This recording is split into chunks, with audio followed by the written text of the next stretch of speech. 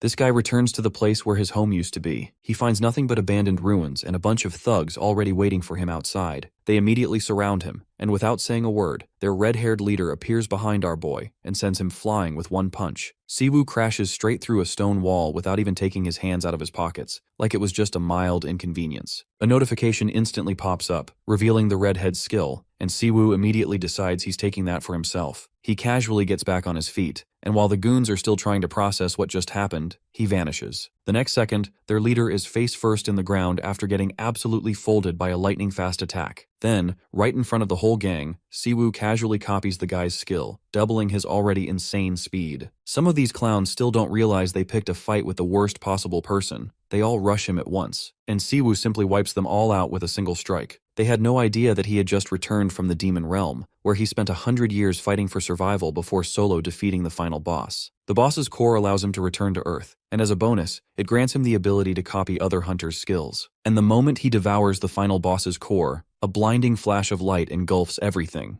In the next moment, he opens his eyes in a lush green forest. He didn't come back alone. There's this mysterious being occupying him, which lives inside his guts, and its name is Frey. He gets back on his feet, looking around, but he doesn't recognize this place at first glance, which of course surprises Frey. I mean, how does this dude not recognize his own home? That's just weird. But Siwoo reminds his companion that Earth's landscapes vary depending on the location. He then focuses on the flow of mana around him, and it feels suspiciously similar to being inside a gate. Checking his own mana, he quickly realizes something frustrating. His stats have been nerfed again. It looks like dimensional travel always seems to have side effects. The first time he was sent from Earth to another world 100 years ago, his stats plummeted. And now, it seems like the same story. Right now, he only has 20% of his former power, which is beyond frustrating. Even Frey is pissed. He wants Siwoo to recover as soon as possible, otherwise he won't be able to use his awesome skills. But Siwoo is just as annoyed because regaining his lost strength is going to take at least a decade. Hearing this, Frey straight up wants to cancel their contract. With Siwoo's current pathetic mana, he's basically useless to him. As they bicker back and forth, the scene cuts to a woman panting heavily as she runs for her life, chased by an orc. She's completely lost track of her teammates and has no clue what to do. More importantly, she has yet to figure out why in the hell there's an orc this early in the dungeon. She suddenly stumbles over her feet and trips. But before the orc can rip her apart, my guy Siwoo rocks that bastard with a single punch. And the best part is that he doesn't even bother looking in the orc's direction. That's how insignificant the threat is to him. Siwoo turns to the girl, wanting her to confirm whether the planet they're currently on is Earth.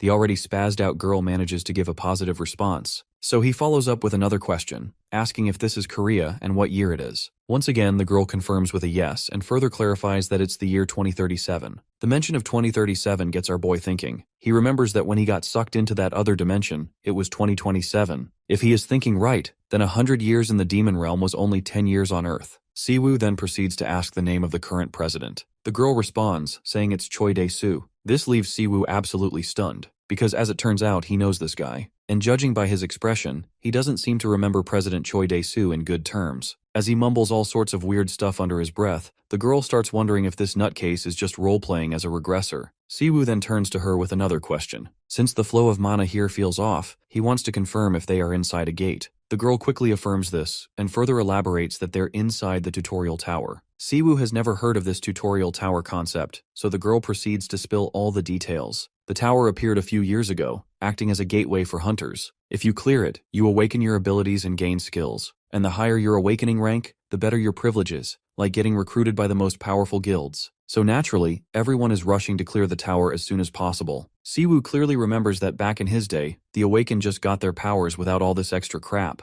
From what he understands, all he has to do is clear the tower to get out of here. So he asks her how long that usually takes. The girl explains that on average it takes about 8 weeks, but if you're skilled enough, you can clear it in at least 6 weeks. The current record holder is a second-generation genius hunter, Ryu Ji-won, who cleared it in just 3 weeks. But my guy is not that amazed or surprised. They suddenly sense the presence of something huge nearby, and soon enough, a giant mutated tiger appears, a creature known as the troll tiger. While the girl panics at the sight of this terrifying beast, Siwoo is still lost in thought, contemplating the record holder. To him, clearing the tower in 3 weeks isn't impressive at all, it's far too long. But since his own abilities have been nerfed, he's not sure if he can do it any faster either. Meanwhile, the tiger is swishing its tongue around its lips, ready to make a snack out of the duo. Eventually, the tiger lunges at them. But Siwoo is still deep in contemplation, thinking about how he'll approach the trial tower. Not wanting his train of thought to be interrupted, he simply punches the giant cat without even moving or looking back at the threat. And that one punch literally breaks the creature's jaw. Finally, Siwoo comes to terms with himself and decides that 5 days should be more than enough to clear the tower. 5 days flow by, and the scene then transitions to Min Sejun, the Empire Guildmaster. His assistant reports that someone just exited the tutorial tower. Hearing this, Sejun realizes that it's only been 8 weeks since the trial started, so clearing the tower in that time isn't bad at all. But then, the assistant reveals something shocking. The person who cleared the tower wasn't on the original entry list. There's no record of their batch, and no record of them entering the tower. And now, this mystery person is causing quite a commotion outside. When the assistant shows Sejun who the person is, his eyes widen in shock, because the face looks oddly familiar. He recognizes him as Hyung, his big brother who had disappeared 10 years ago. Now let's shift back to Siwoo and the girl accompanying him. The lady is absolutely boggled. She has yet to figure out how on earth did this guy clear the tutorial tower in just 5 days. But the way my guy has smashed this last remaining monster, it's clear how. The system promptly announces that the tutorial is complete, but when it tries to calculate Siwoo's skills and stats, it utterly fails. The gate opens, Siwoo is ready to walk out in order to start the next chapter of his life. Outside the tutorial tower, he's met by the examiner. People in the crowd can't help but murmur and whisper about Siwoo. Then, a big guy joins the scene, clearly not vibing with all the commotion. This big guy is said to be the Team 2 leader, and when the examiner takes note of his presence, he rattles out all the details to him. He mentions that 2 people have just cleared the gate, but what's concerning is that one of them wasn't on the entry list. The big guy scans Siwoo, and the first thing that stands out is how scratchless he is. It doesn't make sense given how scrawny Siwoo looks. There's no way he could have gotten away that easily. His curiosity is piqued, so he shoves the examiner aside and decides to interrogate Siwoo personally. He starts off by asking who the hell Siwoo is and why his name isn't listed in the logs. To this, Siwoo casually replies that he didn't go in through the entrance. But the big guy isn't buying it. He argues that if someone enters through the gate, they have to come out the same way. So how in the world did Siwoo exit without ever entering? Siwoo, however, remains completely nonchalant, refusing to take this oversized jackass seriously. And this attitude is really starting to get under the big guy's skin. Annoyed, he jabs a finger over Siwoo's head and straight up calls him a dimwit. Convinced that Siwoo must have some sort of camouflage skill that let him sneak through undetected, the big guy issues a direct threat. He makes it clear that if Siwoo doesn't spill the truth, he's as good as dead. But Siwoo keeps that same deadpan expression, which only serves to piss off this loudmouth even more, making him more aggressive and abusive with his words. Unfortunately for him, Siwoo doesn't have the patience to listen to some dude yap in his face, especially when said dude's breath smells like literal shit. So without hesitation, he orders this big pile of garbage to shut his damn mouth. Now this shithead is clearly itching for a fight, and Siwoo is more than ready to give him one. To further piss him off, Siwoo throws another jab, roasting him for his horrendous breath. And that does it. The big guy takes the bait, balls up his fat fists, and swings at Siwoo. But Siwoo remains unfazed. Then, the inevitable happens. And it all unfolds right in front of Guildmaster Sejun. Not long after, all the jackasses who dared to mess with Siwoo are laid out on the ground. The entire staff is in a frenzy. The guy they had reported for causing a disturbance not only fought the security team, but also disappeared right after. Guildmaster Sejun immediately orders his staff to pull up the CCTV footage. When they do, the recording shows the big guy and his goons charging at Siwoo. But in the very next second, Siwoo moves so fast that the camera completely fails to capture him. Meanwhile, all 3 of those idiots are knocked out cold. One of the staff members reports that Siwoo actually took down 5 hunters before disappearing. Since no one saw him leave, the only logical explanation the staff can come up with is that he must have used stealth abilities. But Sejun disagrees.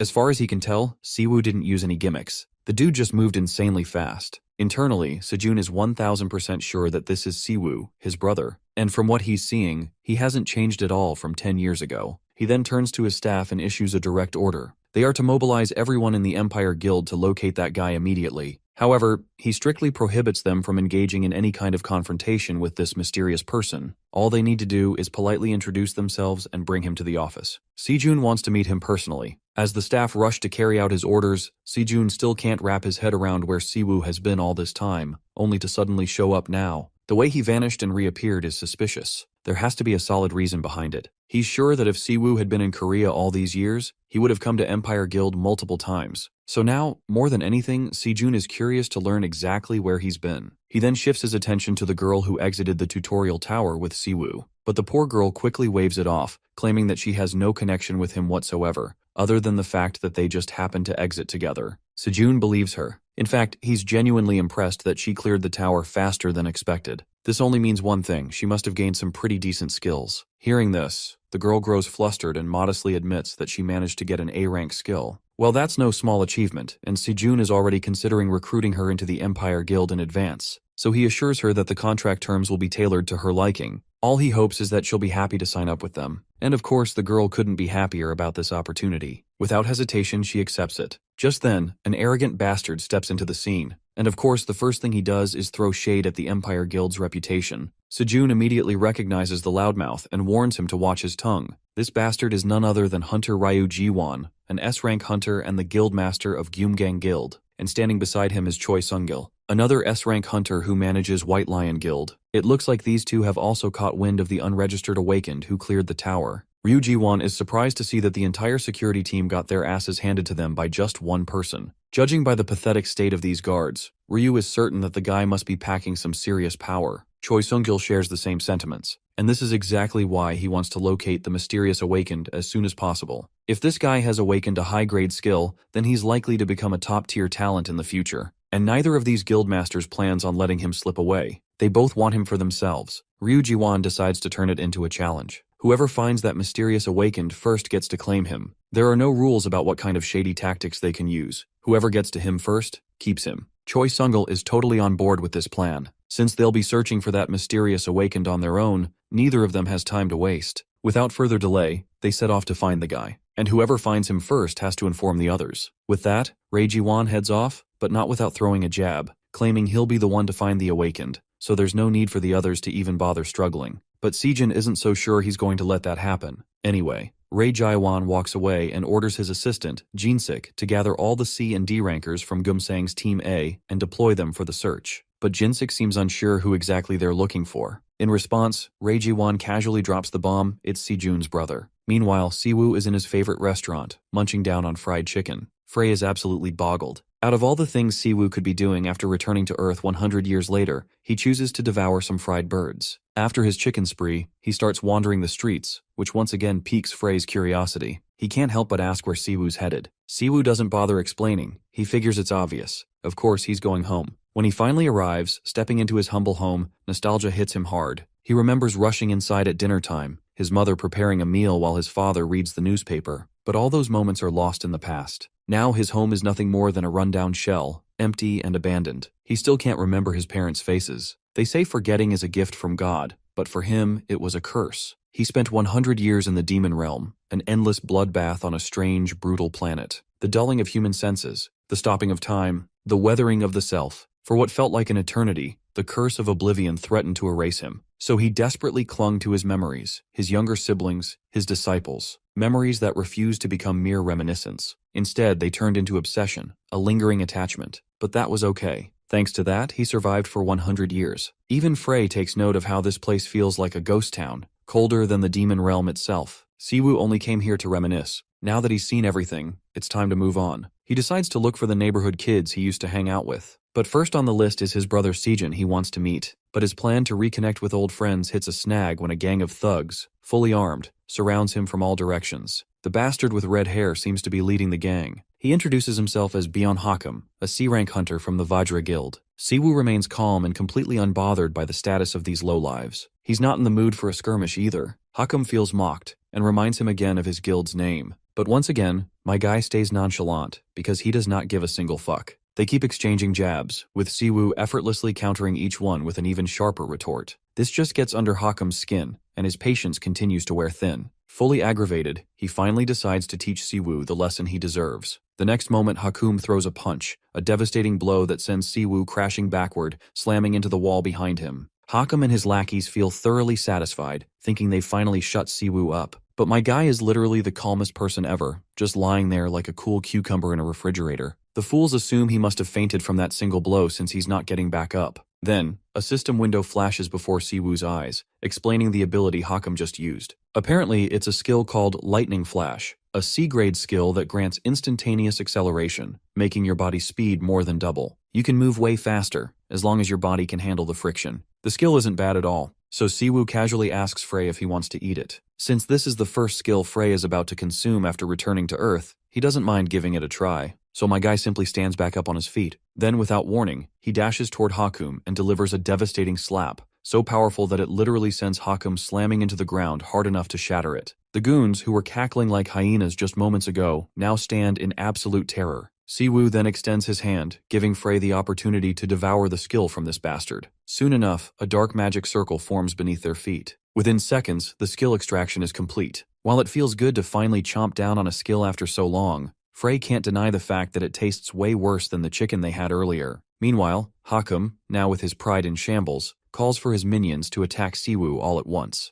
Like a bunch of reckless idiots, they charge at him, actually believing they stand a chance. Siwoo just tells Frey to put their newly acquired skill to use. The moment Frey complies, my guy explodes into motion, dashing with godlike speed and taking down every last one of these fools, like they're nothing more than mosquitoes. One of the bastards dashes towards Siwoo, attempting to strike him with a skill, but Siwoo easily renders the bastard's attack futile by smashing his knee into the guy's gut, causing him to cough up blood. The bastard was using a vital point strike, a technique that automatically targets an opponent's weak spots. Since this bastard clearly can't make proper use of the skill, Siwoo decides to borrow it for himself. But before things escalate into everyone's demise, Sejun arrives on the scene. The moment Siwoo looks back at Sejun, he notices the reflection of his brother in his eyes, and the once heated battlefield transforms into a sweet reunion of two brothers. Now, to understand what happened, let's rewind 20 years to when the gates first appeared on Earth. It goes without saying that these gates unleashed chaos and destruction, bringing monsters into the world. This was also when the first generation of awakened individuals emerged,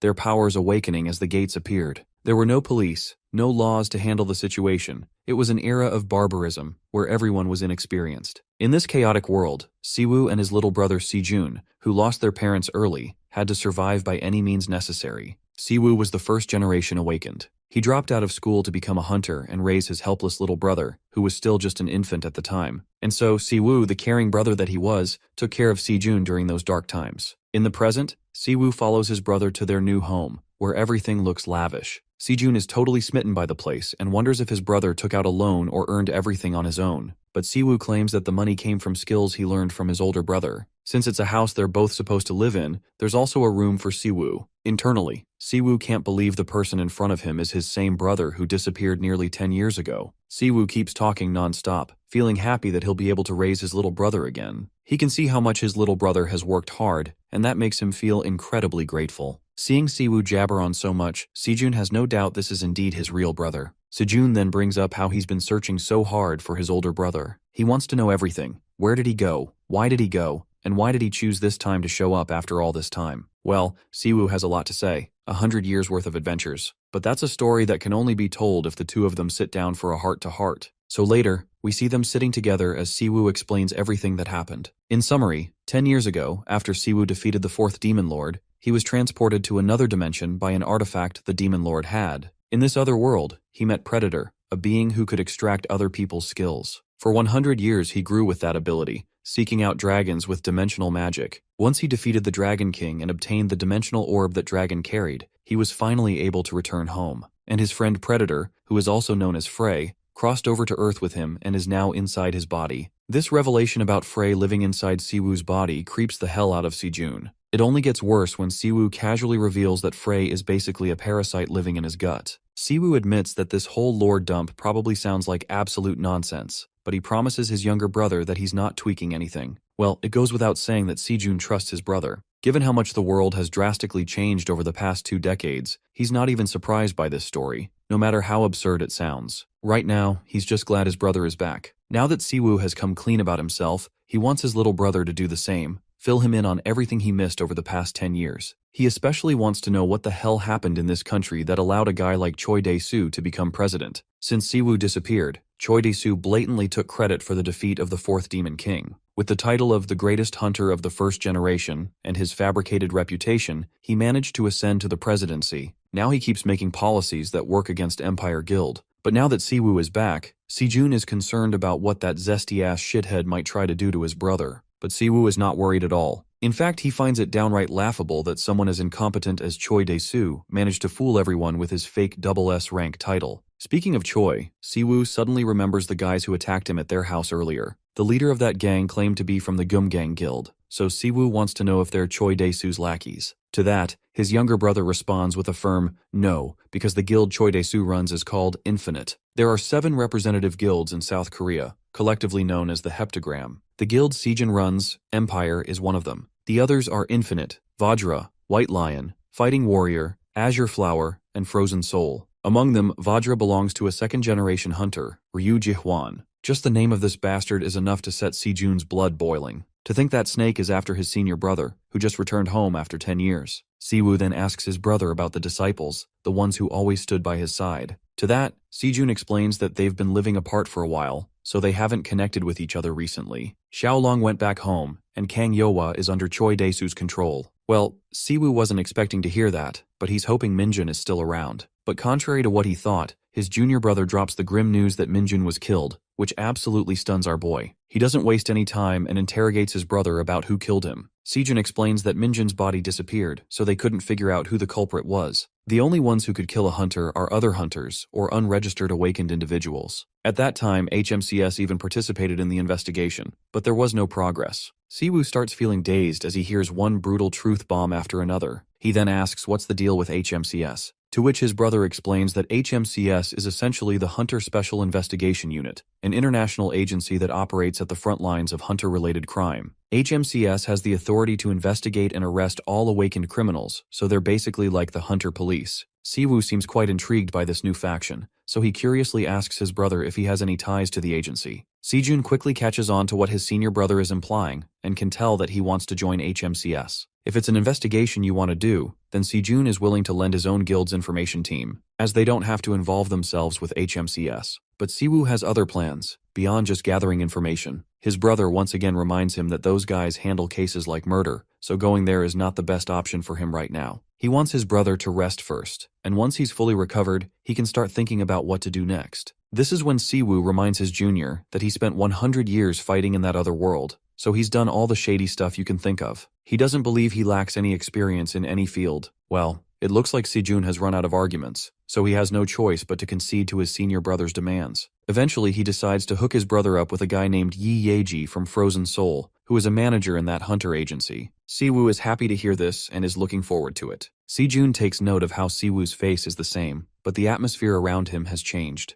This makes Sejun curious about what could have happened in that old world to cause him to change so drastically. Meanwhile, our boy is busy digging about HMCS, and this is when he is hit by a twist. The team leader of HMCS's Gangbuk district team is Hwang Jonggu, a 1.5th generation hunter. And as it turns out, Siwoo knows this guy like the back of his hand. 2 days later, we find ourselves at the HMCS headquarters in Gangbuk district. Inside, a ponytailed man is throwing a tantrum. He seems irritated that once again, someone from higher up has sent a rookie to join his team. And since he's the team leader, it naturally annoys him to have yet another rookie under his command. This guy, as you might have already guessed, is Jonggu. He reminisces about the old days when battlefields were unpredictable, and strength was all that mattered. Back then, hunters wrote wills before heading into missions, fully aware they might not return. He also recalls how, about 10 years ago, he almost died in a raid. It happened because he was still a rookie, and the wound he suffered was fatal. Had he died, the party would have lost its biggest powerhouse. But it was a single healer with incredible abilities who saved him. And, well, we all know who that healer was. That very healer has just made his grand entrance into the office. Siwoo calls out to his old friend, addressing him by his previous name Byung-gu, and immediately questions why the hell he changed it. To jog Byung-gu's memory, he reminds him that he's the very guy with those insane healing abilities who saved his life back then. It doesn't take long for Byung-gu to recognize him, and when he does, he's absolutely floored. Seeing Hunterman Siwoo standing before him, gracing their office with his presence, is the last thing he expected. Later we see Byung-gu formally introducing Siwoo as a new recruit for the Gangbuk team. While Byung-gu is letting his staff know that they better help Siwoo with anything he needs, his sudden shift in attitude doesn't go unnoticed. One of the female staff members looks visibly disappointed. Just a moment ago, their supposedly great and strict team leader was complaining about a new recruit, and now he's acting like a total pushover. But the guy standing beside her quietly tells her to keep her mouth shut. Judging by the team leader's reaction, it's clear that this newcomer is no ordinary rookie. Byung-gu, meanwhile, turns to the female staff member Sunga, and, in his usual arrogant tone, commands her to follow him to the concrete room for a quick briefing. Seeing the ridiculous amount of protocol their team leader is giving to this guy, the other staff members begin to suspect that maybe this new recruit is a 3-star. Later, we find ourselves in the office, where, as expected, the team leader is absolutely swooning over Siwoo, frantically making coffee and doing everything possible to max out his hospitality. Let's not forget about Kim Sunga, who's here to brief our boy. She's the gangbook team's data manager. Siwoo finally speaks up,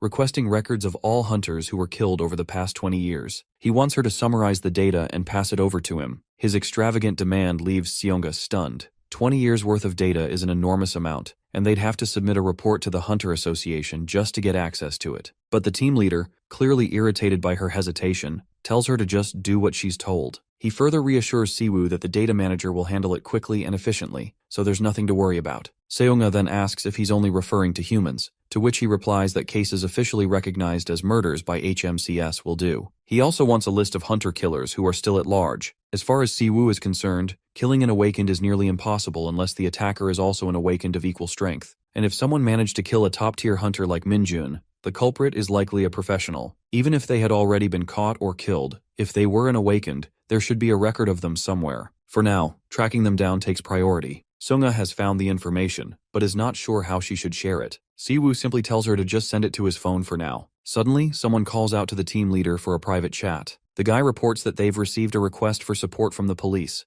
A full-blown war has broken out between gangs, and some of them are awakened. The reason the police do not want to interfere is the fact that one of the gangs involved is Cerberus. This annoys the team leader to no end, while Siwoo has no idea what Cerberus even is. That's when Sunga explains that Cerberus isn't just some typical gang. They're arms traffickers and contract killers. There are even allegations that they're involved in hunter trafficking, which makes them far too dangerous for the regular police to handle. This piques Siwoo's curiosity, especially the part about hunter trafficking, because if that's true, it might be linked to the murder of one of his disciples, whose body was never found. So he tells Byung-gu to take him along. The team leader, annoyed at being called by his old name, reminds Siwoo that it's Jong-gu now. The scene transitions to the battlefield. The Bloodless Reaper gang has just gotten their asses handed to them by Cerberus. Kang-ho, Cerberus's second-in-command, is feeling pretty smug after wiping them out. Beside him is Jikin, the third-in-command, cracking dark jokes about how easily they cut through their enemies. As these bastards revel in their victory, their moment of celebration is suddenly interrupted. A massive explosion rocks the area.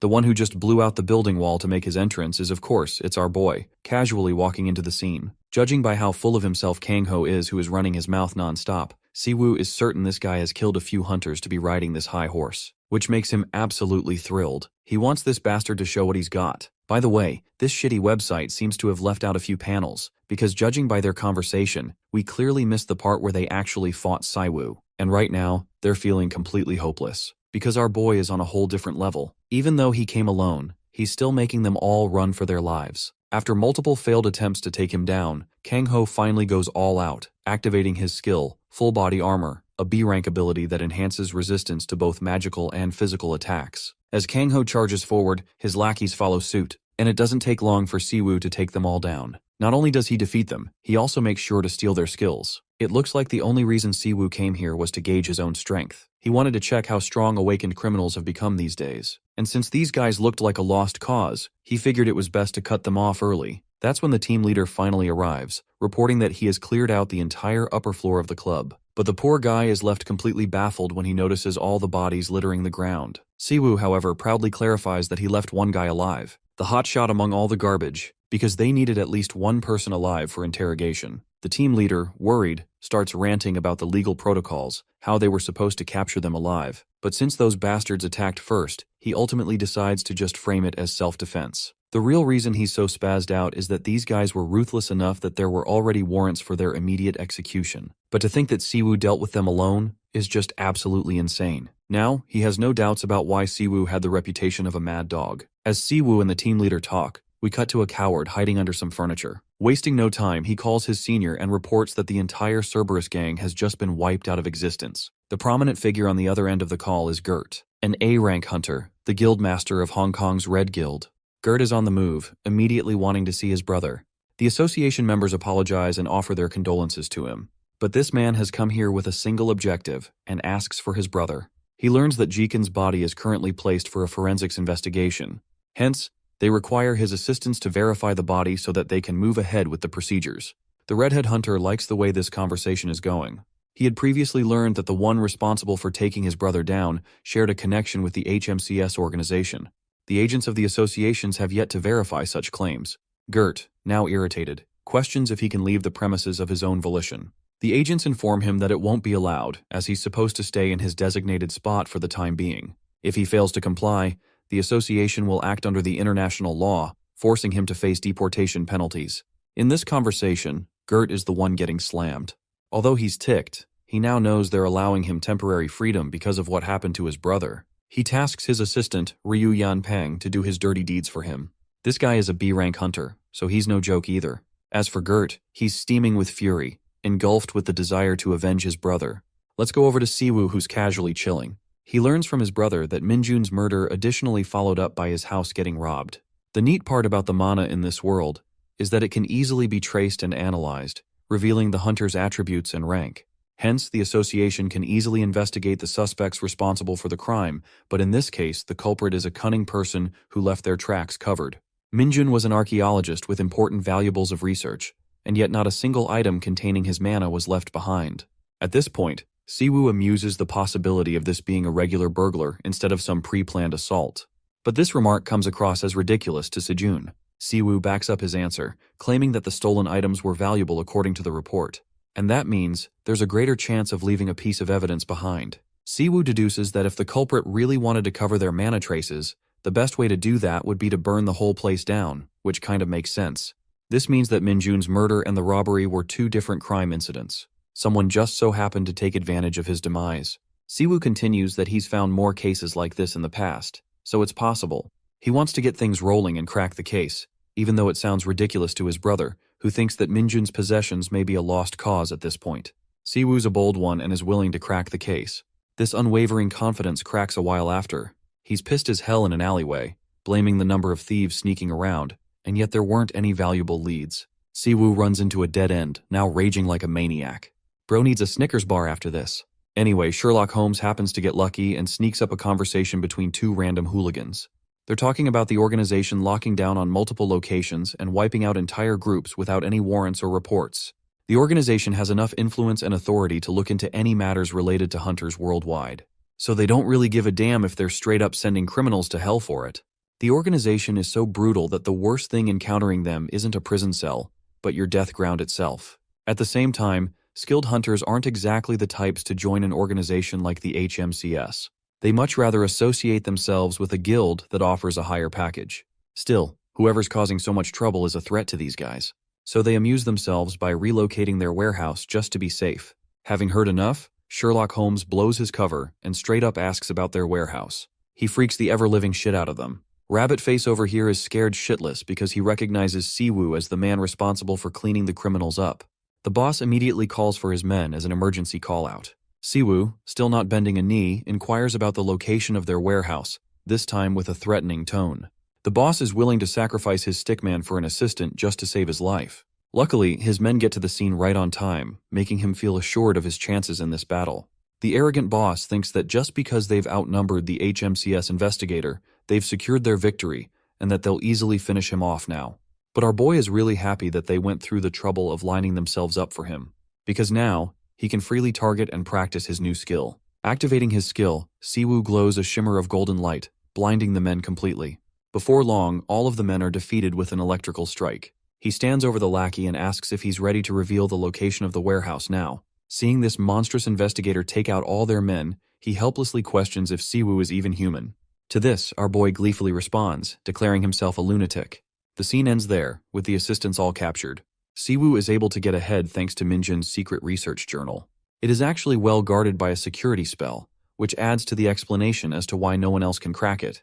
The lock requires some of the owner's original mana, and Siwoo isn't really looking for the contents of the book, but rather the mana stored inside.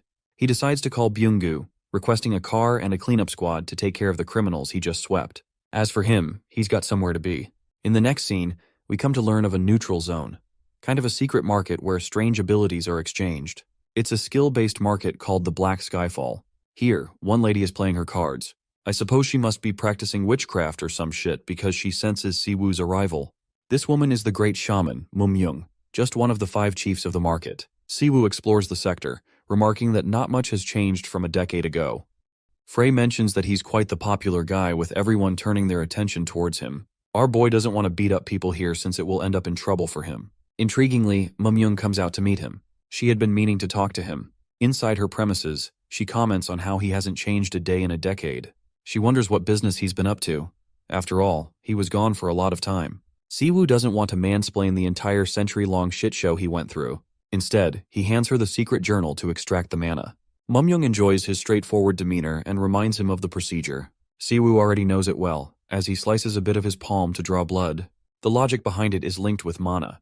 Returning mana to its original state is near enough impossible. A comparison can be made with curry. A person can remove ingredients like vegetables from the finished curry, but they can't exactly separate the powder, water, and other ingredients, or return them to their original state.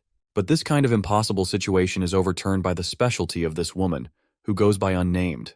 She's a mana hacker, using the powers that defy causality itself.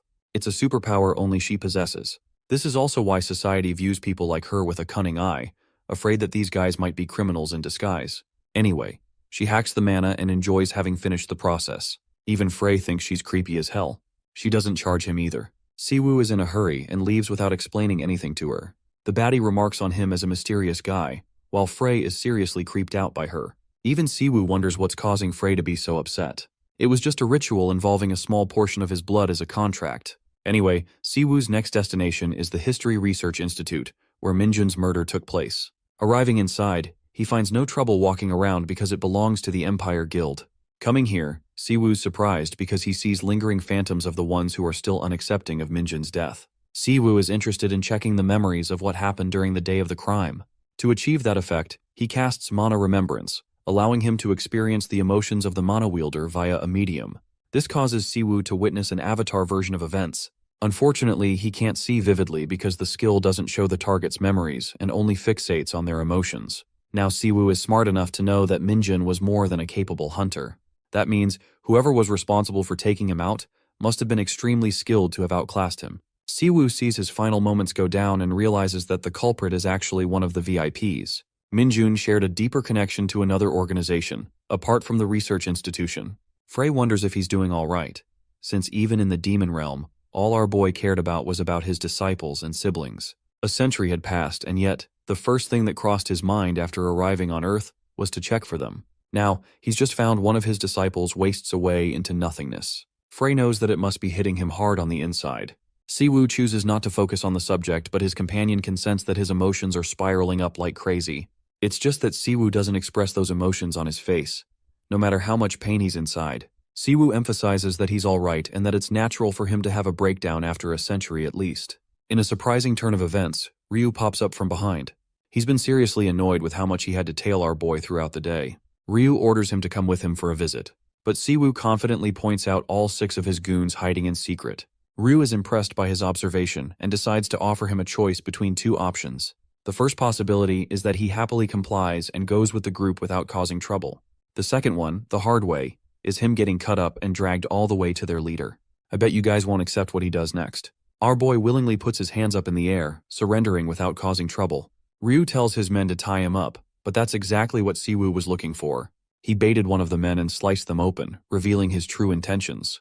Now provoked, the rest of the guys try to jump on him Jujutsu Kaisen style. But Gert finally shows his face, declaring that he'll be the one to clean up his target. Siwoo is unfazed and welcomes him to try. Gert starts off with a confirmation, checking if he's truly the man responsible for putting an end to Jaikin of the Cerberus gang, his brother. To that, Siwoo calmly expresses that he didn't really regard the man's name, nor did he care to ask anyone. All he did was simply clean up a bunch of trash. This heartless remark sets Gert off rails as he lunges forth to rip him to shreds. The redhead's confidence gets the better of him, but our boy's not worried at all.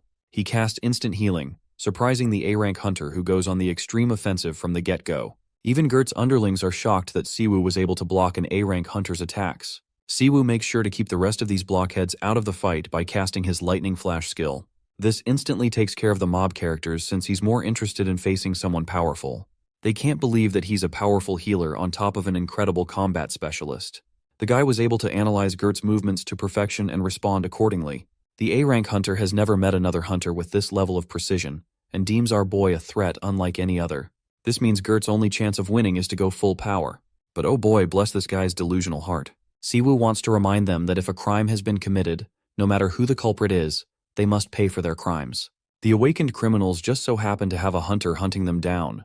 That's Siwoo's role, and yet these arrogant assholes think that they're the ones being wronged, instead of focusing on the damages they have caused to society as a whole.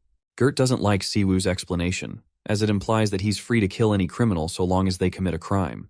He strongly defends his fallen brother, who couldn't possibly comprehend the life they shared. Jikan ultimately became a criminal to take care of Gert while he was defenseless. It was his way of ensuring both of their survival. Gert wants to repay the investigator for taking a life carelessly without understanding the value of it. He activates his Wolf Fang skill, arguably one of the strongest weapons at his disposal.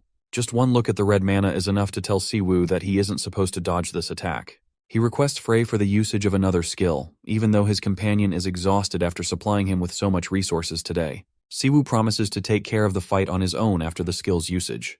He casts Neutralization, a hidden class spell that not only identifies the opponent's spell level, but also returns it and cancels out the spell with a magic circle. Gert can't believe what just happened. Not even Ryu can fathom what this seemingly ordinary healer had just done. This guy had just nullified an A-rank hunter's powerful skill. It was unbelievable. At this point, they're the ones being overpowered by one man. Siwoo goes on the offensive and mocks Gert's sentimental approach by making an example of the people who suffered just as much as Jikan, and yet didn't lead a life of crime. He shoves a powerful attack against the guildmaster, sending him flying from the impact. That strike of his just now left a bruise on his arm just blocking the blow. Gert doesn't want his men to intervene. He analyzes the situation, knowing that there's no way for Siwoo to consistently cast a neutralization spell. It's inevitable for him to run out of mana, which is why he plans to force our boy into a battle of endurance. Using the same skill from before, Gert concentrates his energy into a focused point and attempts to strike him down. But Siwoo casually dodges the blow without costing any spells of his own. In response, he smartly follows up with a knee to Gert's face before blessing him with a rainfall of punches, mocking the criminal for overextending his skill when his body can't even keep up. In a fit of rage, Gert manages to send Siwoo on the back foot. He then orders two of his men to restrain Siwoo while he's defenseless in the air. Ryu is a little irritated about his boss's double-mindedness. First, he didn't want them to intervene, and now he's asking for their help. Anyway, Siwoo is restrained by chains as Gert comes through to deliver one final finishing move to end his life. This time, he wants to make sure there's nothing left of the guy to heal, but this man is too chill. He just doesn't give a damn even with the odds stacked against him. Siwoo congratulates both Gert and Jikan for leading a life of crime before using the lifesteal spell to absorb the very life essence of his target. This winds up in a gruesome experience for his opponent, whose body eats itself away over time. Even Ryu is freaking horrified to see his leader become a zombie corpse. Fun fact, this is the first skill that our boy awakened. It's the real deal, and he makes it very clear to them that he was never an ordinary healer. This spell involves manipulation of the life force itself, enabling one to use life spirit sorcery. With him down, he turns to Ryu, who is flailing like a fish in the pond. Our boy doesn't care for his yapping or pleading and karate chops the crap out of him. He turns his attention to the camera that each investigator is armed with. Siwoo is hoping that the recording went through in one piece, just to make sure that he could catch the evidence of him fighting in self-defense. Byung-gu and the others actually watched his whole fight go down, and their reactions are priceless. Because this idiot actually pressed the live button instead of the record button, allowing nearly 6,000 viewers to watch his broadcast. This ended up a really sticky situation because it jeopardized the reputation of the organization itself.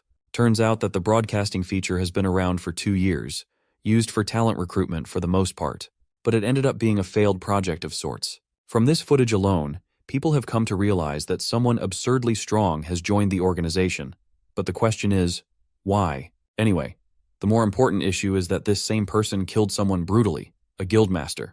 And while the investigator didn't commit any specific crimes, it is still something to take into consideration. Finally, Korea's most powerful man, Choi Dae-soo, joins the discussion. Just a few days later, at the Empire Guild's cafeteria, Siwoo was hogging a meal without giving a damn about the video that was released to the public.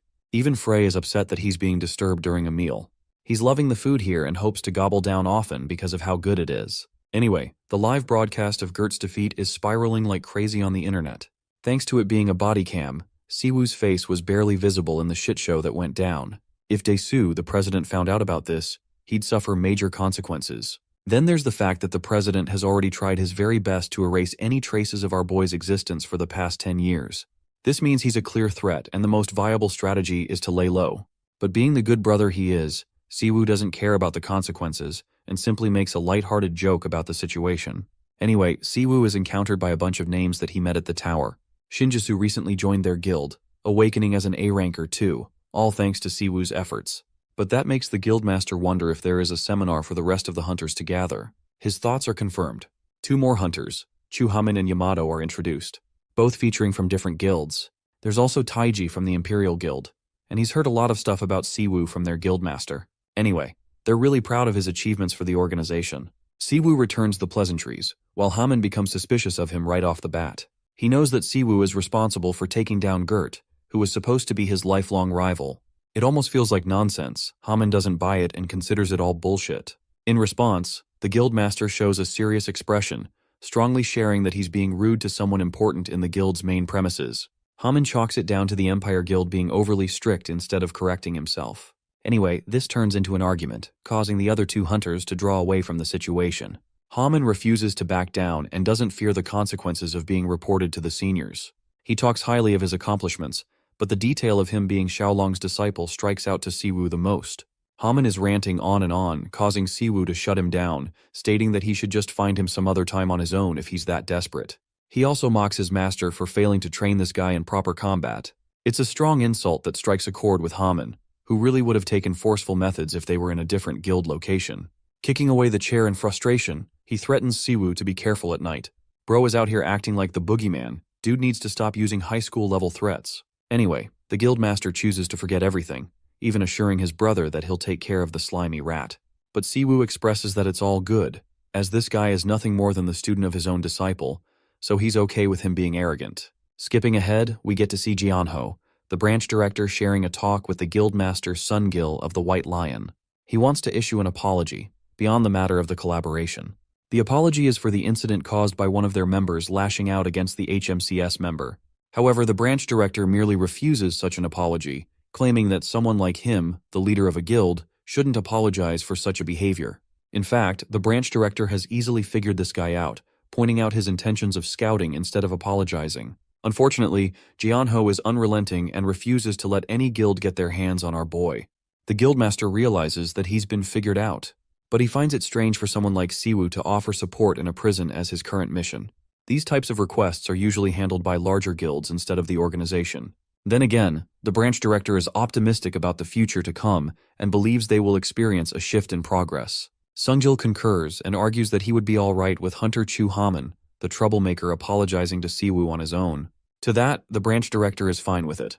He thinks it's a personal matter that needs to be addressed by both parties. That marks the end of their meeting. Leaving the building, Sungjil finds himself in a contemplative thought. He doesn't want to just give up on someone of such high talents like that, so he tells his secretary to hit up Haman for a trip, and to also tell him to behave. The secretary asks about the location of their meeting. Sungjil declares Incheon to be the destination. Fast-forwarding ahead, everyone now knows that the HMCS organization volunteered for the support request. The only problem being, they have yet to arrive. The chief doesn't get why they're being so annoying, and seems to be fed up with criminals beefing against each other. The current report involves Sherry Volk, a dangerous individual who they underestimated after he got arrested. But slowly after that, he went crazy and lost his senses. Despite mana suppression activated, this guy managed to easily beat the crap out of 5 guys. He maintains a high profile for being a unique criminal, and many agencies have gone through hell just to try and catch him. That man, Sherry Volk, sits in his cell, having received a new instruction. He learns that the organization is already making its move, so if he wants to get out of the cell for good, he's going to need to cause some trouble inside the prison. As for our protagonist, he's just arrived at the Incheon Awakened prison to fulfill his mission. Haman, on the other hand, is having a temper tantrum after discovering the situation stirred up in the prison. He's seriously annoyed that his guildmaster is obsessed with recruiting and sent him on a stupid mission. Locating a car nearby, Haman rushes to catch up to him the best he can. He's fed up with the mission and wants to ask for overtime pay, just for the inconvenience his guild leader has caused him. Meanwhile, in the transport vehicle, we get to see Siwoo chilling next to the main target. Sherry tries to play provocatively with him and questions if this kid is seriously the new warden. Siwoo bluntly denies such claims. Sherry mocks him for being a special guild member who is overly confident in his skills.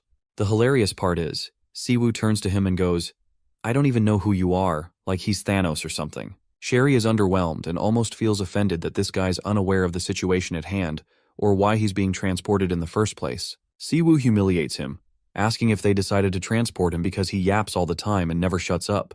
At this point, the criminal is at his limit and explains his lore like he's some evil Sigma male.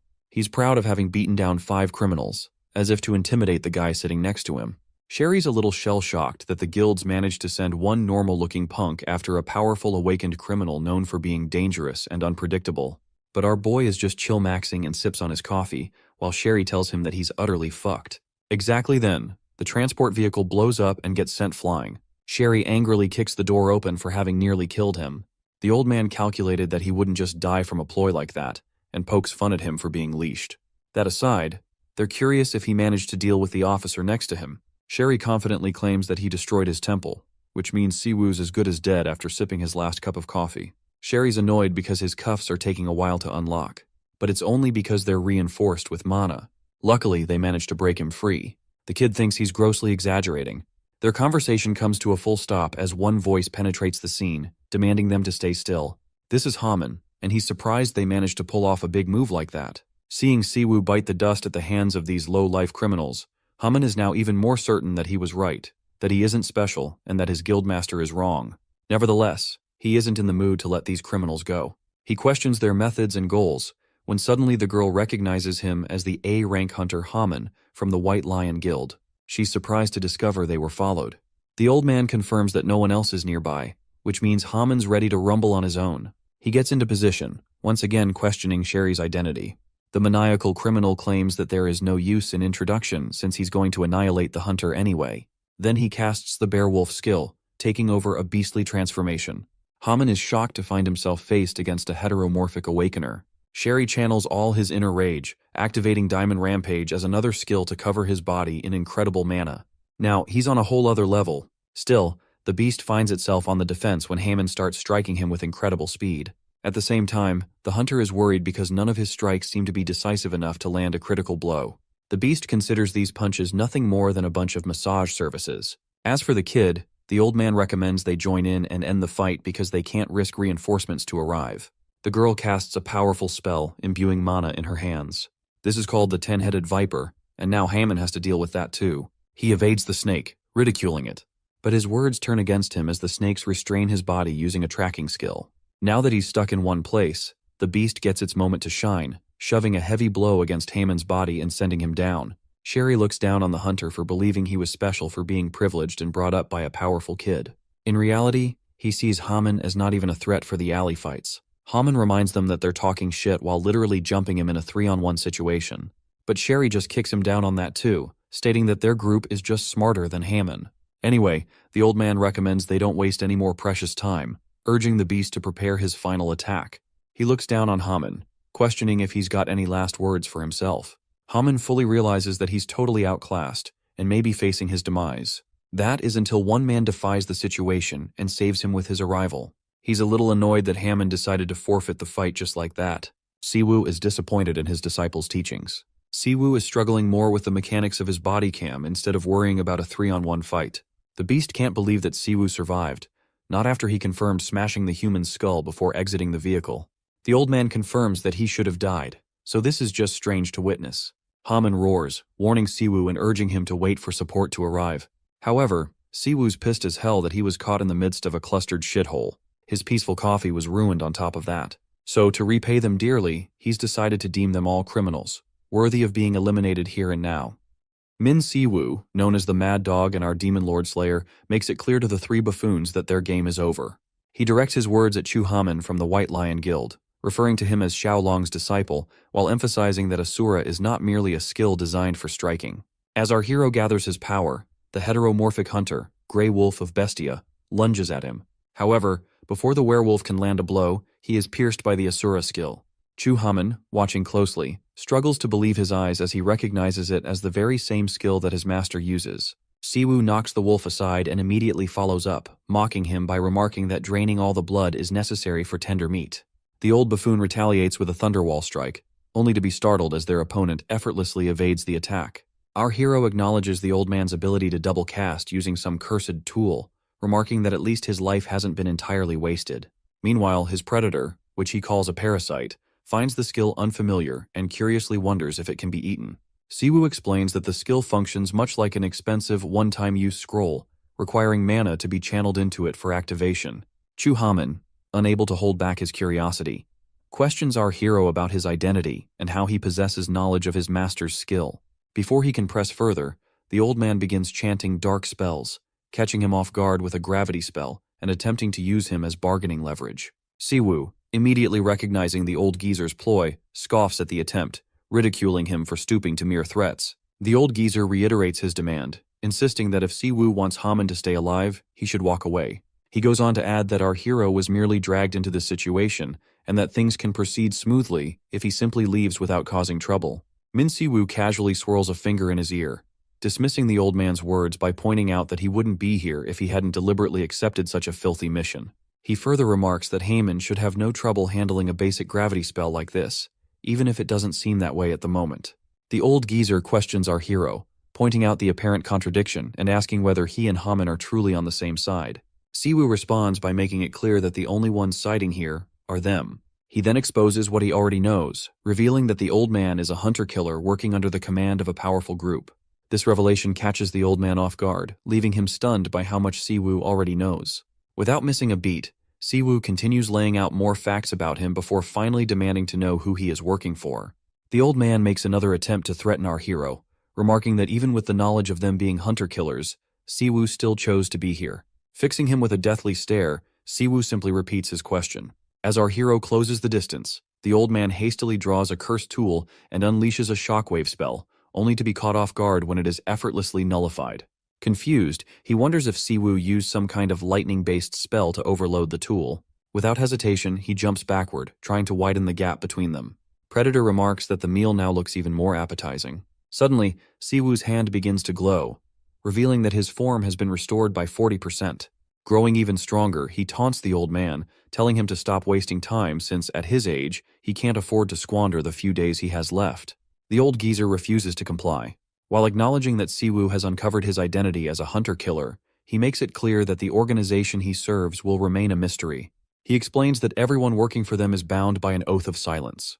The moment he breaks it and reveals their secrets, he will instantly become a target for immediate execution, ensuring his death either way. Meanwhile, Haman rises to his feet, recovering from the effects of the gravity spell, just as the werewolf regains his senses and coughs up black blood.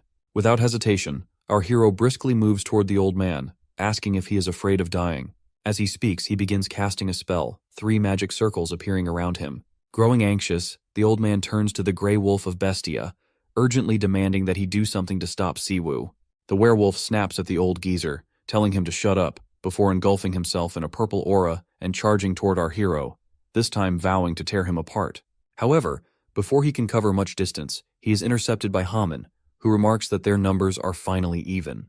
The two exchange heated words, but their argument is abruptly cut short as our hero unleashes his Thousand Winds spell, blasting both the werewolf and the old geezer away. Without wasting a moment, Siwoo dashes toward the old man, seizing him by the neck with an iron grip and demanding to know if he truly understands what death feels like. Tightening his grip around the old geezer's throat, Siwoo demands to know how many times he must drag him to the brink of death before getting an answer. Watching from the side, Haman finds it absurd that our hero keeps pushing these buffoons to the verge of death, only to heal them afterward. The thought crosses his mind that if he were in their position, he would rather die than endure such a fate. He even wonders how it's possible for someone to wield a healing spell so powerful. Siwoo repeats his question, and this time, the wolf pleads with the old man to give in and just answer. Finally giving in to the pressure, the old geezer speaks, revealing that they work for Bestia. As he takes a closer look at our hero, realization dawns on him.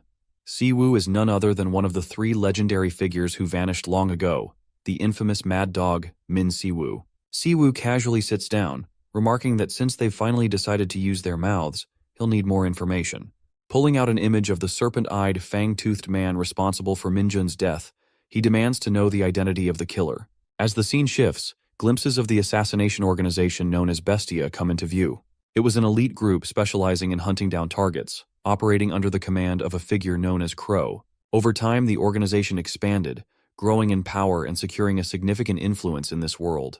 The old geezer, having been among the first generation of hunters, once received an invitation from them and saw no reason to hesitate before quickly accepting their offer. For those recruited by the organization, secrecy was the highest priority. Even back then, when the old geezer was already aging, he was required to take the oath of silence.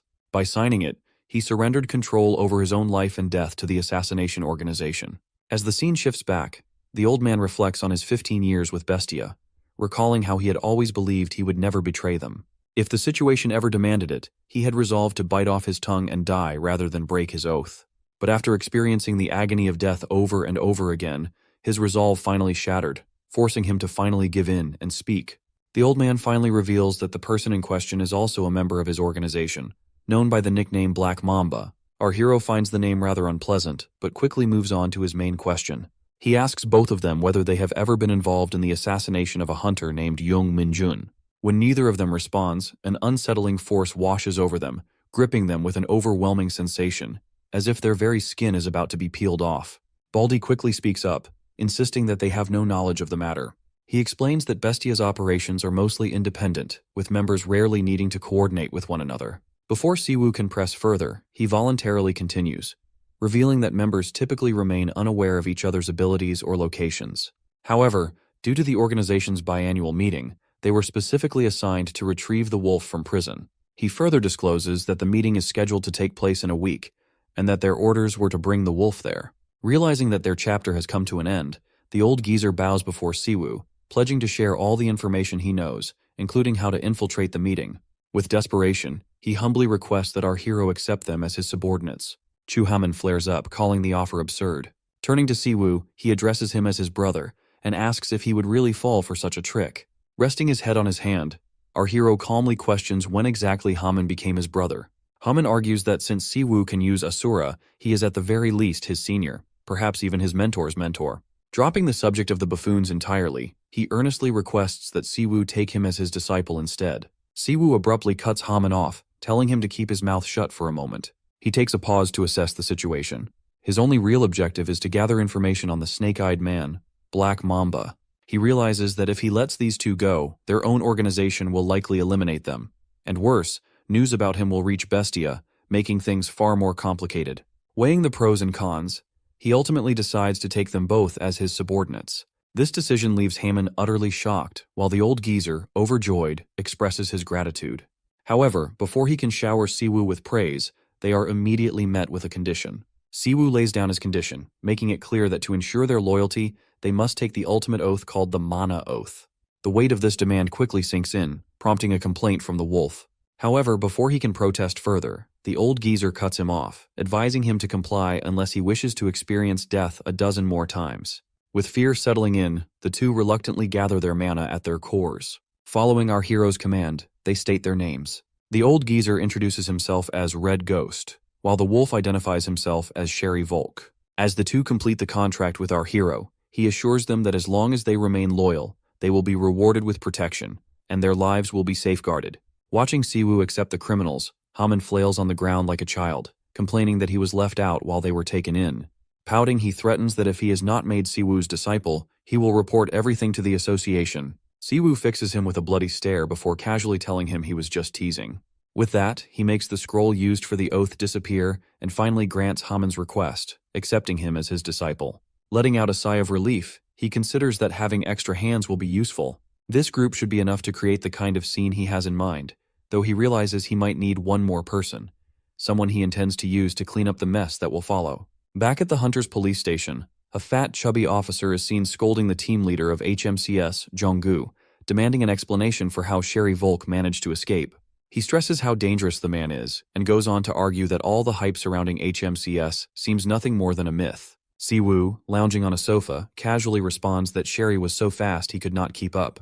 Jonggu, clearly disgusted, glares at him and demands that he at least put some effort into his excuse and take the matter seriously. The chubby officer continues his rant, demanding to know why the new transport officer has yet to arrive and calling the entire operation a mess. Having heard enough, Jonggu finally speaks up, explaining that a standard prisoner transport team consists of 4 to 5 officers, while moving a high-threat inmate requires up to 10. Admitting his own fault, he acknowledges that he specifically requested for just one officer to handle the transport. The chubby warden shoots up from his seat in anger, insisting that none of that matters since the prisoner still managed to escape. Jonggu, waving him off, points out that the new transport officer was actually able to make the escapee confess. He reveals that they learned Sherry Volk had been receiving help from high-ranking officers at the prison in exchange for bribes. Refusing to believe the story, the fat warden dismisses it as an obvious lie. Jonggu, remaining calm, acknowledges that the warden's skepticism is understandable, but insists that the matter is serious enough to warrant an immediate investigation. Speaking on behalf of HMCS, Jong-gu states that they plan to conduct a thorough investigation into Incheon prison and the escapee. He then requests the warden's cooperation in the matter. As the scene shifts, Jong-gu informs Si-woo that he has initiated the investigation and handled the other matters as requested. Present at the discussion are Hunter Chu-haman and the two buffoons, who are now Si-woo's disciples. Laying out his plan on the table, Si-woo tells the group that the time has come to begin their operation, an infiltration of Bestia's meeting. He reveals that around 8 top-ranked awakened killers will be attending. He then instructs Haman and Jong-gu to pay close attention as the two defectors provide the remaining details. Jong-gu, troubled by the plan, questions how they intend to infiltrate an entire assassination group with such a small team. He asks what their ultimate goal is in pulling off such a dangerous task. Giving him a smirk, Si-woo states that the goal is quite obvious, which is to exterminate every single one of them. At the next Bestia gathering, the leader mockingly jokes about the two who vanished. The group argues, claiming they knew the old man and Sherry Volk were cowards but never saw their betrayal coming. Hedgehog, the goth girl, furiously swears to kill Volk for breaking her promise to go on a date. Scarmouth demands silence, stating only the boss punishes traitors. But the boss chuckles, amused by how fast 3 members disappeared. His presence instantly quiets the room before he announces a deathmatch, with the winner earning the right to execute the traitors.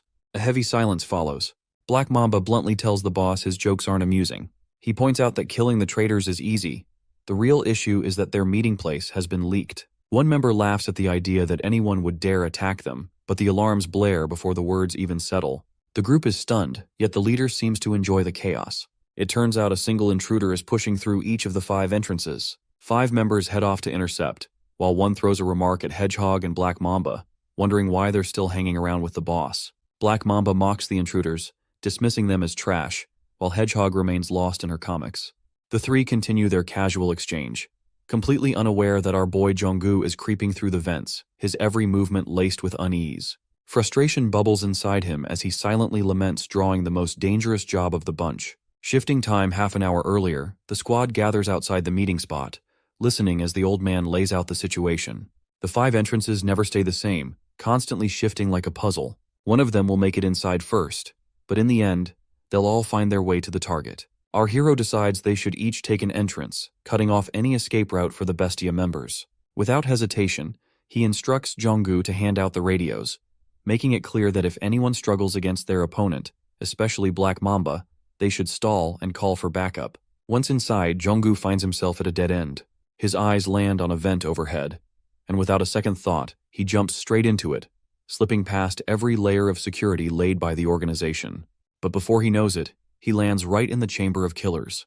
With 5 members already gone, there's no time to reach out for reinforcements. Determined to cut down their numbers, he pulls a handful of marbles from his pocket and casually lets one drop. The leader scoffs, turning to Hedgehog with a smirk, joking that she must have lost it from their slot machine. As she picks it up, the goth girl playfully comments that she just hit the jackpot. And she's right. The marble erupts like dynamite, sending shockwaves through the room. The leader, unfazed, simply chuckles at her demise. Black Mamba shoots up from his seat, instantly spotting the incoming grenade. With precision, he effortlessly flicks it straight toward the vent, sending it right back. Now that there's no point in hiding, Jong-gu springs from his hiding spot, making a grand entrance. Dripping with sweat, he curses himself being able to take down only one, still shocked at how Black Mamba casually slapped away the grenade like it was nothing. No special technique, just physical prowess. Snake Guy facepalms, fed up with the traitors who sold them out to HMCS. When Jong-gu confirms it, he can't help but shake his head, almost feeling sorry for the fools who betrayed Bestia for such a pathetic deal. Wasting no time, Jong-gu conjures a dazzling burst of light, momentarily blinding his opponent as he hurls daggers concealed within the flash. Across the room, the leader sips her tea, enjoying it like a children's fight. Black Mamba, on the other hand, laughs, already familiar with Jong-gu's tricks. But what leaves Jong-gu stunned is the sight of the Snake Man's body knitting itself back together, raw mana fueling his insane regeneration like it's nothing. Calling playtime over, the snake charges, smashing our boy into the wall with one brutal strike. Mamba sighs, annoyed he hit the vitals too soon, and asks the boss if he can finish the job with a mess. But our boy acts fast, whipping out his radio and reporting before words are cut off by a boot to the chest. Stomping on his chest, the Snake Guy asks if the backup is the HMCS, Traitors, or Wolf Boy. But before Jong-gu can respond, the answer crashes in from behind. The trio storms the meeting hall all at once, catching everyone off guard as the real fight begins. Without even glancing back, Mamba effortlessly dodges the trio's attack, leaving nothing but a crater where he once stood. Snake Guy eyes the intruders, muttering how disappointed the boss must be, seeing her chosen ones turn out so weak. But something doesn't sit right with him. He notices the trio looks almost untouched, their movements too smooth for people who supposedly fought against Tiger and Grizzly. Their slow attacks are easily avoided, raising doubts in his mind. Haman steps up to meet Mamba in close combat, but before he can land a hit, Mamba snatches him up in a deadly grip. Tossing him away, he grins while asking what a white lion hunter is doing with the HMCS. Watching the trio struggle, Snake Man grows even more suspicious. There's no way a patched-together team formed just a day ago could have wounded Bestia so easily. His eyes narrow as he wonders who's really pulling the strings. Frustrated, Haman barks at Jonggu to get up, reminding him they rushed in the second they could. He explains that Siwoo suddenly appeared during their fights and ordered them straight to the hall. With no other choice, the trio keeps stalling, buying time until our hero arrives to finish the job. Folk grits his teeth, confused about how they're supposed to capture a monster like Black Mamba alive. The old man notes that the hall is rigged, pointing out that despite Mamba's incredible speed, teleportation isn't one of his tricks. His unease grows as he watches the leader silently observing the battle. The real danger lies with Crow. Once the leader makes a move, anything could happen. With that in mind, the old man instructs them to focus on capturing Mamba while he keeps an eye on the leader. Meanwhile, Snake Guy grows irritated, dodging Haman and Wolf Boy's relentless attacks. His frustration spikes as everyone keeps ignoring his question. Baldy's voice suddenly booms through the hall, declaring that no one is leaving until our hero arrives. Red chains of mana shoot up from the ground, latching onto Haman and even Bestia's leader, Crow. The boss chuckles, calling the old man's efforts a waste of time. But the old man remains unfazed, fully confident in his binding spell. A dangerous aura radiates from Crow as he questions just how powerful their mastermind must be to betray him so boldly. Without hesitation, he calls for Hedgehog. From the shadows, she strikes with her spiky hair, diving straight at the old man. Folk and Jonggu race to defend him, stunned that she's still alive. Growing tired of the delay, Mamba shatters the binding skill and activates his skill, saying they are gonna be quite busy cleaning up the mess. Mamba's scales turn white, mutating into a white-scaled lizard man as he promises to end their lives quickly. Jonggu and Haman, knowing no attack will pierce the thick scales, prepare to run for their lives. Jonggu ponders Mamba's transformation, though it appears similar to Wolf Boy's. The mana is denser than diamond. With the rigged meeting hall, only he can hold out against the recipe for disaster. He judges it impossible to aid Volk and the old man against Hedgehog. Helping in the only way the weak guy can, he throws a dagger into Mamba's arm. Before the lizardman can take it out, it grows green, indicating a corrosion skill. Jonggu continues his barrage of daggers before being blown away. Haman warns him of the flying boulder headed his way, but Mamba quickly reminds him not to look away in a fight. The monster teleports behind Jonggu, warning that innocent hunters have gravely misunderstood the situation. With a firm chokehold, the lizard man points out that skill ranks and mana numbers mean nothing in a dirty fight. He declares it a mistake to challenge them on their turf. Meanwhile, our hedgehog is busy exacting revenge on the lying Volk. The meeting hall is equipped with various self-destructing and buffing mechanisms for the Bestia members. It's no wonder they call it the Snake's Den. Anyone who enters is never leaving alive. Mamba tells Jonggu to give up his frivolous effort, nearly knocking our boy out, when he suddenly senses an ominous aura. Crow immediately leaps backward as our hero flies by his buddy Jonggu and slams the ugly lizard into the den's wall. Our Demon Lord Slayer grins like a demon, having finally found Minjun's killer. Meanwhile, Hedgehog has already taken down the wolf guy and now shifts her attention to Siwoo, curiosity sparking as she seeks to uncover his identity. However, before she can take any action, a magic circle suddenly activates, striking her down in an instant. Observing the unexpected turn of events, Crow, the leader of the group, finds herself intrigued, wondering how Siwoo managed to dismantle and repurpose every magic circle embedded within the space. Unseen and unheard by anyone but Siwoo, Predator Frey takes the opportunity to boast, claiming that such a feat was only achievable due to his power. Crow observes the scene with amusement, remarking on how effortlessly Siwoo has reduced a billion-costing facility to nothing more than scrap. Meanwhile, Black Mamba recovers from his injury and swiftly casts a spell, only for Siwoo to evade it by leaping backward. Recognizing the situation, Black Mamba begins to piece things together, questioning whether Siwoo is the one responsible for eliminating the old geezer and the wolf guy, as well as orchestrating the entire operation. Siwoo still holds on to the anger that surged through him upon learning of his subordinate's death, directing his accusation at Black Mamba as the true culprit.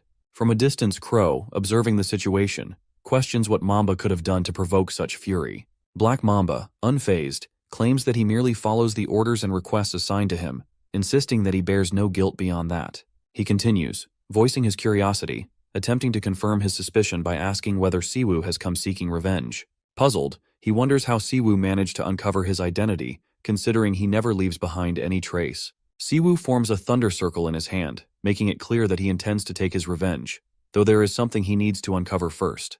Meanwhile, Crow finds herself backed into a corner by the others. Raising her hands, she directs her curiosity toward her former crew members, questioning what could have possibly happened to turn them into Siwoo's obedient followers so suddenly. As this unfolds, the thunder circle Siwoo has been casting finally reaches completion, revealing that he has successfully reversed buff-enhancing magic into traps instead. Black Mamba, struggling against the suppressing trap, tries to piece together Siwoo's abilities, wondering whether he is a tracking-type magic user or a melee hunter. Yet, none of the possibilities he considers seem to fully align with what he has witnessed. Before he can dwell on it further, Siwoo unleashes another skill, slamming him against the wall once more and forcing him to revert to his hunter form. Bleeding from his mouth, Black Mamba swears that he has never seen Siwoo before.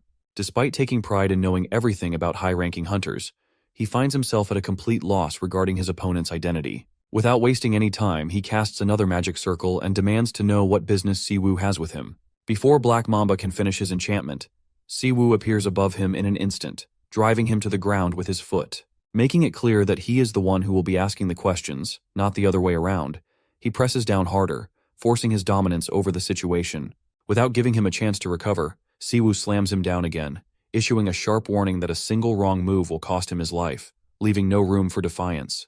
Black Mamba, now completely overpowered, visibly gives up and pleads for Siwoo to stop, his will to resist breaking. Seeing that Black Mamba is finally willing to talk, Siwoo wastes no time and demands to know who ordered the assassination of Young Minjun. As sweat drips down his face, Black Mamba's mind races, questioning how Siwoo even learned about the murder and whether he has some connection to the victim. Instead of answering, he resorts to a cheap trick, pretending to comply just long enough to lower Siwoo's guard. Seizing the moment, he suddenly spits a venomous poison from his mouth, aiming to catch his opponent off guard. Believing he has taken down Siwoo, Black Mamba boasts that a true assassin never reveals his client. However, his confidence shatters the moment Siwoo instantly recovers, healing himself without effort. Panic overtakes him as he struggles to understand if Siwoo is actually a healer. Desperate, he turns to Crow for help, only to find her completely surrounded by Siwoo's disciples, leaving him with no way out. With no other options, Black Mamba finally gives in, beginning to reveal the client's name, Panday. But before he can finish, Crow swiftly eliminates him. Watching this unfold, Siwoo contemplates whether the name he was about to say was Pandemonium. Hearing this, Crow finally acknowledges that she has realized Siwoo's true identity, none other than the legendary first-generation hunter, Mad Dog, who mysteriously disappeared a decade ago. Siwoo, now turning his attention to Crow, questions whether she is also affiliated with Pandemonium. However, she firmly denies the accusation, asserting that her organization operates strictly as an assassin's guild and does not engage in personal requests. Siwoo fixes Crow with a death glare, making it clear that speaking the truth is the only option if she knows what's best for her. Crow, maintaining her stance, swears that she has no reason to lie, pointing out that Siwoo already has information on her. With a snap of her fingers, she signals Hedgehog to get up and assist in their escape. In an instant, the two vanish into the sky, preparing to flee. Before leaving, Crow questions whether Siwoo intends to pursue her, but he dismisses the idea, stating that he has already obtained the lead he was after, leaving him with no further reason to chase them. As the portal materializes, Crow bids farewell to Siwoo, hinting that their paths may cross again soon before vanishing into thin air. Jonggu, frustrated, complains to Siwoo about letting them escape, only to be met with a calm explanation. Siwoo informs him that had he pursued them, Crow would have activated the floor's self-destruction sequence, something they were in no condition to evade. He then instructs Jonggu to handle the cleanup, stating that they have achieved enough for the day. As the scene shifts, Siwoo is in his room, searching for more information on Pandemonium. His mind drifts back 20 years to the moment when the first gate appeared, unleashing all manner of things upon the world. Mana surged into existence, magic stones surfaced, and countless rare resources were discovered. Demons too emerged through the gate, initially blending into society unnoticed. However, they did not stop there. Not only did they seize control over the gates, but they also regarded humans as an inferior species. Before long, they successfully established their headquarters, constructing the Demon King's castle at the heart of the continent, securing their grip over all the resources pouring from the gates. Amidst this chaos, a faction of humans emerged, swearing loyalty to the Demon King. They became known as Pandemonium, serving as the bridge between demons and humans. However, fortune favored humanity as the first-generation hunters rose to oppose them. These hunters swiftly mastered mana manipulation, standing as the last line of defense against Pandemonium's growing influence. What followed was the Great War between humans and demons, a brutal conflict that shook the world. In the end, humanity triumphed, pushing the demons back. Siwoo recalls that it has now been 10 years since he single-handedly defeated the 4 demon lords, only to be cast into a dimensional rift, ultimately finding himself trapped in the demon world. He questions why the name Pandemonium is resurfacing after all this time, especially since the group was dismantled long before the war even began. His thoughts turn to his predator, seeking answers about why the demons in the other world seemed so different. Frey acknowledges the difference and shares his own analysis, revealing that numerous races exist across the dimensions. He notes that the demons in the other world were particularly ruthless, having gone so far as to exploit the dragon species, forcing them into servitude. Frey continues, arguing that no matter where demons go, they behave like gangsters. Before becoming a part of our hero, he had no memories, only a lingering sense that something had been stolen from him by the demons. Having spent over 100 years at Siwoo's side, analyzing demons, he is now certain that they were the ones who tampered with his memory. Siwoo places a hand on his head, reflecting that instead of solely focusing on killing them, he should have paid more attention to uncovering their true nature. Siwoo notices that the mana patterns of demons differ from those of humans, and compared to 10 years ago, they have become far more adept at blending in.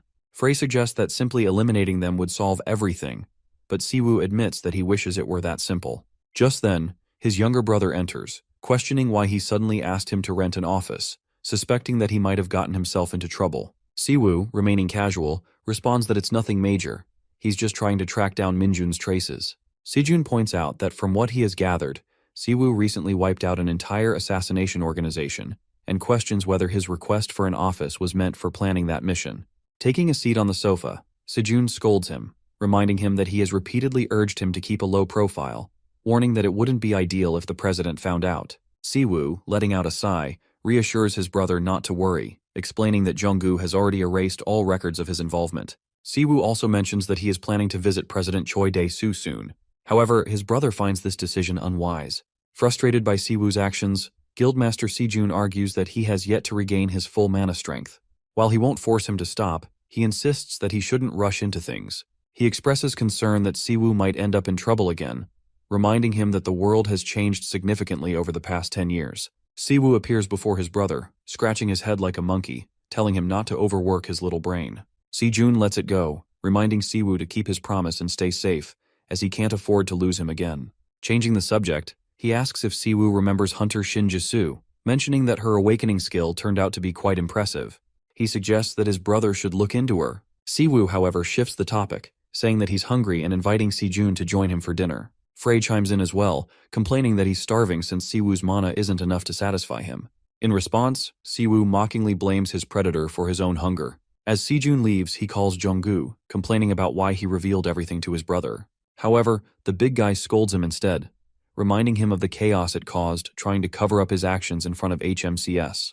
Every media outlet and agency is swarming the organization with interviews after the takedown of the assassins. He further informs Siwoo that, thanks to keeping his name out of it, the branch manager is now closely monitoring them. Siwoo argues that it's a good thing since it means he's getting results, but Junggu, clearly frustrated, complains that the real issue is figuring out how to justify the fact that he single-handedly took down such high-ranked A+ hunters. Our hero counters that Junggu should have involved the White Lion Guild since Haman was present, but Junggu still insists that Siwoo stepping forward would help ease the burden on them. Siwoo then hangs up, dismissing the matter by saying his meal is waiting. Heading to the kitchen, he settles onto the sofa, murmuring to himself about how much he enjoys his job. Turning his head back, he casually asks his brother if there's any recent news regarding the demons. Sejun explains that ever since Siwoo eliminated the 4 demon lords, the demons had no choice but to propose a peace treaty and establish an institute in the polar continent to study the mana that emerged on Earth. He adds that some nations have even begun collaborating with them on this research, and it has become rare to see demons outside the polar continent. Over time, people have largely dismissed the chaos they once caused, reducing it to nothing more than an urban legend. Frey finds it rather absurd and questions when demons ever became peace-loving beings. Siwoo then shifts the conversation to Crow, mentioning that while her mana pattern closely resembled that of a demon, there was something off about it. This leads him to suspect that she might be a demon-human hybrid. Given that demons first appeared on Earth 20 years ago, he is convinced that such a possibility exists. What initially began as a mission to avenge Minjun's death has now transformed into something far more complex, leaving him with the feeling that this pursuit might continue for a long time. Back at Siwoo's place, he begins training his 2 new subordinates to control their mana by helping them discover their mana core. Confused, Hamin questions how this could be useful when skills only awaken in high adrenaline battles. Annoyed, Siwoo smacks Wolfboy, reminding him that they were the ones who asked for training in the first place. He sighs at their naive belief that simply blasting out mana like a gym workout is the best way to use it. The simple-minded Volk, on the other hand, argues that there's no need for control if they can just take down their enemies in a single hit. Siwoo points out that the easy tutorial tower has spoiled them, making them overly reliant on brute force. He explains that sensing one's mana core requires precise control, something his new disciples clearly lack. Using an analogy, he describes how every person has an internal space where mana gathers, often referred to as the dantian or core. Each individual awakens with a unique trait, releasing mana in a way that manifests as skills. The more refined their control over the power flowing from their core, the stronger their abilities become. That's why training is essential, not just to expand their mana reserves, but also to enhance the effectiveness of their skills. Siwoo, acting like an old man, mocks the 3 for only using their power for around 20 years. He tells them to stop complaining and just follow his instructions if they truly want to get stronger. As if that isn't enough, he warns them about the grueling training the Bestia traders will undergo until they've properly atoned for their crimes. Suddenly, a visibly distressed Jonggu arrives, demanding to know why Siwoo didn't answer his phone. The Mad Dog casually responds that he doesn't pick up calls 24/7. Ignoring the remark, Jonggu stresses that he needs to meet the branch director at HQ immediately. At the HMCS office, Siwoo eyes Jonggu suspiciously, asking if he snitched on him to his superiors. Jonggu adamantly denies it, but before he can say more, they're approached by 2 of his sassy colleagues. The Gangnam team leader and his lackey start teasing Jonggu about his sudden rise to fame. Seeing Changwon back from his vacation, Jonggu clicks his tongue and tells him to quit slacking off and actually do his job instead of bothering his coworkers. Ignoring the bickering, the Gangnam team leader turns his attention to Siwoo, but our hero couldn't be less interested. Instead, he casually picks his ear, completely unfazed. Jonggu steps in, sighing that jet lag must be making the Gangnam turd spout nonsense. Changwon's aide fires back with a nerdy comeback, and Changwon starts rambling about how everyone is just jealous that his team is making waves internationally, while the Gangbuk team is stuck dealing with petty thugs. Siwoo, busy scrolling through his phone, barely acknowledges the conversation, until the nerd pointedly reminds him to show some respect and introduce himself to his seniors. Without missing a beat, our hero flips him off and tells him to clear the precious space his leader is hogging with those fake, roided-up muscles. To top it off, he glances at the aide's glasses and smirks, asking if Four Eyes is blind even with his edgy frames. The nerd twitches in anger and immediately requests permission to discipline the newbie. But Jonggu, ever the voice of reason, sighs and asks if Four Eyes has any emotional intelligence at all. Changwon, not one to let things slide, scoffs and asks if Jonggu is deaf since he clearly didn't hear Siwoo trash-talking his seniors. Loyal as ever, Jonggu blatantly denies it, while our hero grins and quips that maybe the orc has too much fat clogging his ears. That's the last straw.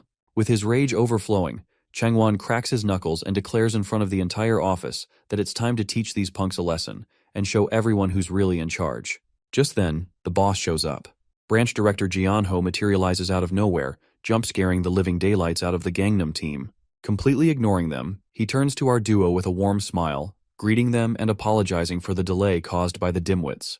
Without wasting time, Jianho personally escorts his esteemed guests away, even going as far as asking what kind of tea they prefer. Fuming, Changwon tries to complain, but before he can even get a word out, the boss cuts him off with a casual reminder of his utter failure in the Japan mission.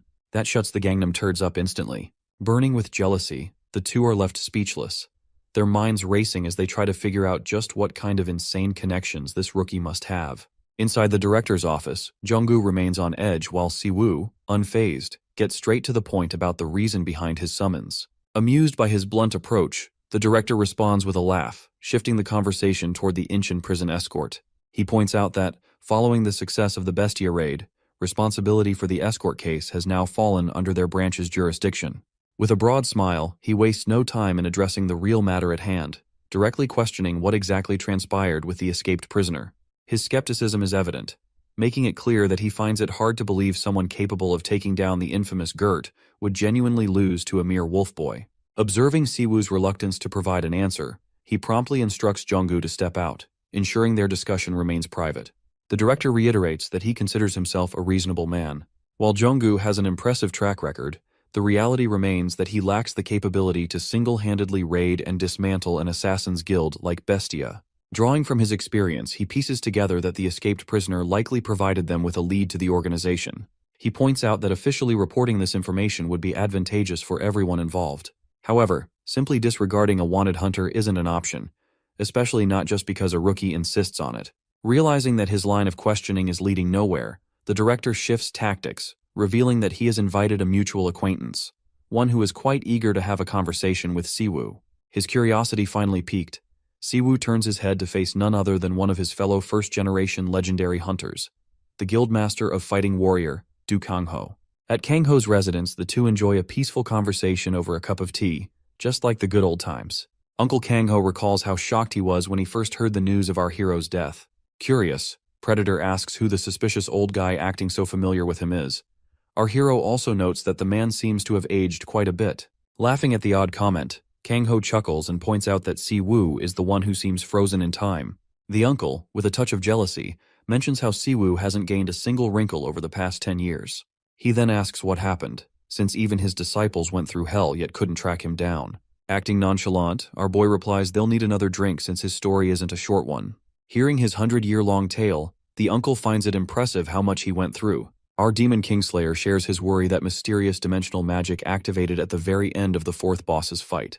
Clearing up the confusion, Kangho reveals that the fourth Demon King is still alive, leaving Siwoo stunned. My guy slams the table, seething with rage that the humans signed the peace treaty despite knowing this. Kangho does his best to calm him, explaining that only the remnants of the Demon Lord's forces remain. After the Demon Slayer ended his reign, the demons on Earth claimed they were merely following orders from their leader in the war against humans. Siwoo grits his teeth, realizing they had used him as a scapegoat. But Kangho calls it a necessary evil, given that human resources had been stretched thin since the first gate appeared. When the demons offered the peace fire, they even promised to share their knowledge on how to seal the gates. It was an irrefutable offer, so the humans exchanged the Demon King's remnants and a lab in the Arctic, where they could safely open a gate. For the people who were unaware of magic and the gates, it was undoubtedly the best choice for progress. As a result, top rankers like Choi Dae-soo from every country took the deal. Since then, the demons have stayed under the radar. He mentions that the first-gen hunters were initially very suspicious, but after Siwoo's disappearance, they scattered. Once everything calmed down, the interest in demons had waned. Kangho has had his doubts about the demons ever since, but what's even more intriguing is the disappearance of the mad dog. After Siwoo vanished, Choi Dae-soo went to great lengths to erase all traces of him, leaving no one beyond the second-gen hunters even aware of our Demon Slayer. What's even stranger is that the uncle couldn't recognize him today, despite having fought alongside him multiple times. Hearing how unnatural the memory loss is, our hero suggests that maybe Dae-soo had the demons' help. Kangho agrees, commenting that Siwoo has long been a pain in both parties' sides. Our hero then wonders aloud what the demons would have to gain from helping such a prideful jerk like Dae-soo erase his existence. Kangho reminds him that the demons have become harder to challenge since they've even helped humans improve with mana. Siwoo counters, pointing out that these are the same trash who started a war because they believed humans were an inferior race. With that, Kangho suggests that Siwoo meets with his disciples next to get a clearer picture. The problem is that his disciples have scattered across the world. But the uncle responds that although kids are like that, Yohwa is still in Korea. She's now an S rank and the leader of the Azure Flower Guild. Still, Uncle Kangho is disturbed to share that the same redhead who always clung to him like glue now works under Dae-soo. Our hero brushes it off, saying everyone has their reasons. After sharing a good laugh over the pricey yet nasty-tasting liquor, the uncle mentions his little brother. Siwoo replies that his little bro loves the old man and thanks the samurai uncle for raising Sejun like his own son. Just then, a spy snaps a photo of the two from outside and sends it to his guildmaster. He confirms that he's caught the HMCS privately meeting with the great Kangho. The guildmaster, Yohwa, thanks him and confirms that Siwoo is alive, just as she had expected. Her suspicions had grown after seeing the Empire Guild's unusually chaotic movements. Breathing a sigh of relief, the lady goes weak in the knees, bursting into tears at the sight of the master she had terribly missed. After she started working under Dae-soo, Sejun lost trust in her, but the lady never stopped searching, even when everyone else had given up. Yoa stares at the master, who hasn't changed a bit, and prepares to meet him immediately. Yet her hope comes crashing down when she hears someone call her name. Daesu asks why she's in such a rush. The redhead lady replies that it's nothing special, trying to steady her trembling arm. The creepy man grips her shoulder, pointing out that the cold-hearted woman who wasn't fazed by her mother's death can't possibly be so moved over something trivial. He guesses that he's heard of a certain infamous Min Siwoo's return, and her frozen expression gives it away. The eye-patch uncle sighs, watching her rush off to her master like a loyal pet. Patting her head, he clicks his tongue, muttering that she hasn't matured at all. He makes it clear he doesn't plan on letting her go easily, even if she's his last blood relative. She slaps his hand away, reminding him that she never pledged loyalty to him in the first place, and he knows it. He admits that he only let her linger around his guild because she grew into a powerful hunter. Yowa is furious hearing him refer to her as a mere tool. The redhead snaps at her supposed uncle, who abandoned her when she needed him most. Only Siwoo had been there to save her from despair. Daesu shatters her confidence by reminding her that she's a criminal. Given how our hero has been viciously hunting down criminals, once he finds out about her past, her so-called happy reunion won't be as pleasant as she hopes. The creepy uncle advises her not to forget her dirty roots and urges her to wake up from her delusion. The trembling lady is left completely demoralized, standing there utterly speechless. Meanwhile, at the guild, a pair of rookies meet our hero, who has promised to train them firsthand. Jisoo curiously asks if the huffing bear mask and the bald old man are also coming along. Our hero introduces the two seniors, while the wolf boy is suffocating in the bear mask, struggling to hide his identity. The juniors are immediately intimidated by the old man's menacing presence, yet the baldy casually remarks that he'll be relying on the energetic young ones. He offers her words of encouragement to Jisoo as though she's his own granddaughter. Siwoo reminds the troublemaker wolf boy that he's still on probation, warning him not to bully the juniors unless he wants to experience death again. With that, the team sets off toward the F-rank gate owned by the Empire Guild. Jisoo admits she's feeling quite nervous, so our hero tells her to think of the giant portal as just another door. The other recruit, equally hesitant, mentions a rumor that sometimes the gates swallow hunters if they close while the hunters are still inside. The old man reassures them, stating that humans now know exactly how to open and close the gates.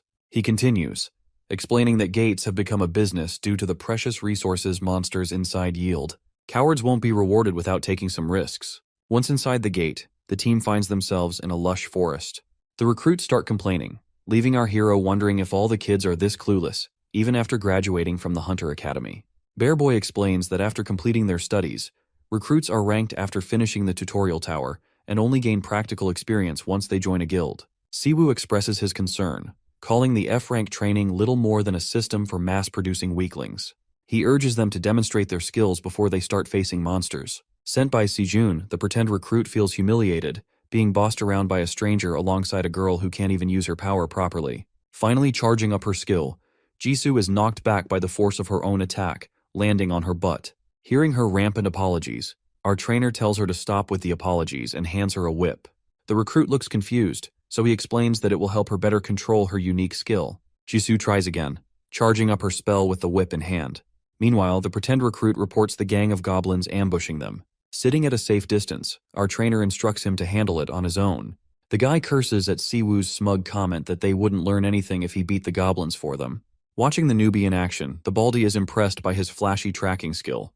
However, it's clear that Byunguk's control is abysmal, and he's burning through his mana at an alarming rate. Meanwhile, the recruit is shocked at how fighting a swarm of goblins alone feels like pure punishment for someone at his level. In a panic, he shouts at Jisoo, asking how much longer she'll take. Completely drained of mana, he collapses, and a goblin almost lands a fatal blow. Just in time, Jisoo unleashes her skill, forcing the goblin to submit. With a single command, she makes it back off and copies her movements. Wolf Boy and Baldy are impressed, witnessing a rare domination skill in action. Even Frey, unable to contain his excitement, begs for permission to feast on such a rare sight. However, the mad dog remains unimpressed, remarking that it's quite useless if she can only control a single enemy. Realizing she's in deep trouble, the newbie starts desperately jolting her unconscious partner, while the goblins drool, eyeing the easy prey before them. Siwoo's assistance has helped her unlock a sense of how to use her techniques better, and she's grateful for that. Our boy doesn't even care that she looks like shit, as this is the only kind of mentoring he is willing to offer. Her hair disheveled, she cracks up a smile, stating that she was the foolish one for being overconfident, believing that hunters and awakeners in general were special, and that their value increased in society with their ranks. But now, she was able to catch a hint of the true reality. Skills were tools, and not something a person could define their worth with. That's why training is important. Siwoo agrees, and thinks it's good enough if she's learned something. He's done for today and wants to head back home. The old man suddenly notes that there's a huge crowd spiraling up and wonders if these guys are from another guild. The girl explains that there is negotiation going on between the Azure Flower Guild and another group. A new gate has been discovered after all, so these people are just being dispatched here. Hearing the guild's name, Siwoo draws away for a second. From among the crowd, the people are curious to ask the guild leader about the appearance of the unique gate, as well as the pile of dead bodies of hunters that were discovered inside. The strange thing about this case is that these hunters weren't even torn apart by monsters. Their bodies seemed in one piece on the outside, but their organs had taken all the damage. It made Yowa contemplate what could become the catalyst for such a strange turn of events. Her train of thought is disrupted as a voice draws her over from her shoulder. It's Siwoo, who greets her with confidence, reminding her that her teacher is back. Seeing him here, she shows a different side to herself, mentioning his return. Siwoo wants to speak to her, but she's too busy and has things to deal with. Yowa escapes the situation, while Frey is out here flaming our boy for being the first dude to get rejected at the speed of light. The old man finds her rude for dismissing him like that too. Siwoo confirms that to be the case, but it's not that she was rude just now. In fact, he saw her in a fragile state, as if she was crying, and he doesn't know why. Let's explore their backstory a bit. Siwoo came to see her while she was hiding and crying her eyes out. He doesn't even get what's causing her to be upset. The teacher emphasized that he'll always find her out even if she hides. Turns out, the girl was jealous as hell that Sejun was trained better than her because of his connection to his brother, while she was just a nobody he picked up. She was once starving on the streets, so he collected her just like how Batman collects a new Robin every week. Anyway, Yowa doesn't get why Siwoo has been so nice and considerate of her despite having zero reason to do so. He teases her intently, stating that it's just a choice he made. He'd already been born into a tragic world, and felt that it was right to have a loving family of his own. He even gives Yowa the privilege of being called his real sister all the same. To this, the redhead flushes and continues to put up a petty fight. Siwoo is a little annoyed and wonders if he should make her cry even harder in their next training session. Yowa doesn't want him to adjust the difficulty of the training even further, since he already puts her through the worst every day. Those scenes race inside her head. She recalls never wanting to be the best disciple, but someone who could become his weapon, someone he could rely on. And that's how she ended up catching feelings for him. Tough luck. Yowa could not escape the bubble of being the child of a disgusting criminal. She enjoyed her privileges as a child and thinks that it does not earn her any excuse. That's why Yowa is prepared to do anything to fight for her teacher, for the person who helped restart her life. Yowa pops a surprise visit to meet Sejun, who calls her his sister out of habit and then addresses her properly. The redhead wants him to spare the pleasantries for a moment because she's come here to talk. Let's hop over to a different scene, where Kang-ho is expressing his reasons of distrust to an acquaintance. When the gates first appeared, they had been fighting against demons. It was a barbaric era where powerful awakened warriors did not know what to make of their powers and broke every law. And now, he's seriously annoyed that this guy ended up making deals with the demons themselves. Eyepatch over here quickly realizes that Kang-ho's already encountered Siwoo, which is why he's so alert and suspicious of him right now. He thinks Siwoo's the one who has had his senses tamed, failing his judgment. Of course, this all seems like bullshit coming from President Eyepatch over here. He thinks the same of Kang-ho, claiming that he and the rest have some kind of delusion about him. This man outlines that he doesn't care about the safety or protection of humanity. The three reverences matter nothing to him. The bastard reveals his true nature. He's just a madman who is drunk on power, hoping to achieve complete supremacy. He wants to test and expire the very limits of mana and where that could lead humanity. His goal is to face an endless amount of strong opponents to help evolve humanity to greater heights. His authority is just a tool that helps him get there. The deals he made were merely because their interests aligned in one place. In the global domain, he confirms that each world leader had already bargained with the demons. On the exterior, it seems like they're forming these deals out of the country's safety, but they have their own agendas. With the current trajectory, humanity will tremendously evolve in the upcoming decade. He mocks Kang-ho for questioning his decisions when it only helped strengthen humanity's side. Kang-ho returns to the important question at hand. He wants to hear it from the man himself, to see if he truly made a deal with the demons and became the one responsible for sending Siwoo away. The president plays it soft, expressing that he's got nothing to hide, and if Siwoo has returned, then he's just gotten himself another chance to destroy him. Dai-Su is all confident in his shit-talk session until the man himself arrives to meet with him, stating that he's got a couple of things to ask too. He crashes right through the window, quick as lightning, and casually mentions how long it's been. Dai-Su is stunned to see the guy actually daring to confront him. Stepping inside, our hero jokes about how Daesoo lives up high but can't be bothered with all the hassle of the front gate. He decides to cut to the chase before Daesoo's annoying bodyguards show up. He straight up asks Daesoo if he teamed up with Pandemonium and sent him to some other world 10 years back. Daesoo, totally unfazed, just teases him, asking if that's all he has to say after such a flashy arrival. He even mocks him for being boring now. Frustrated, the hero threatens to flip the whole building over and demands that Daesoo answer him. Daesoo laughs, saying Siwoo's arrogance hasn't changed one bit. Even after 10 years, he still looks the same, like he had a great time in the other world. Then he asks what made him break in through the window. Suddenly, Siwoo grabs a pot of plants and hurls it at Daesoo, scratching his cheek. Angrily, he threatens to tear himself apart and scatter his bits across dimensions. Siwoo warns Daesoo to value his life and get to the point. He repeats the question about whether Daesoo teamed up with the garbage organization Pandemonium or had anything to do with Young Minjun's death. He warns Daesoo that if he messes with Yowa or his disciples, it'll be the end for him. But Daesoo just smirks and laughs, saying this is what he wanted to see. Siwoo misses the bloody battlefield vibe Daesoo brings, so he unleashes a yellow aura to show he's ready to fight. But Daesoo counters with his dark red aura and explains that while Siwoo's been chilling in the demon world, he's been fighting strong hunters from all over and getting stronger. He confidently declares that Siwoo's killing intent no longer excites him like it used to. Daesoo unleashes his dark power and playfully asks if Siwoo can still bring the heat to make the risk worth it. In response, Siwoo asks if he needs to punch another hole through Daesoo's mouth to get an answer. Just as they're about to go at it, Kangho jumps in, shouting for them to calm down and think about where they are and how serious the situation is. Kangho reminds Daesoo that he's an SS rank hunter and represents the nation. Starting a fight in a public place? Not cool. He asks Daesoo if he gets the weight of his position.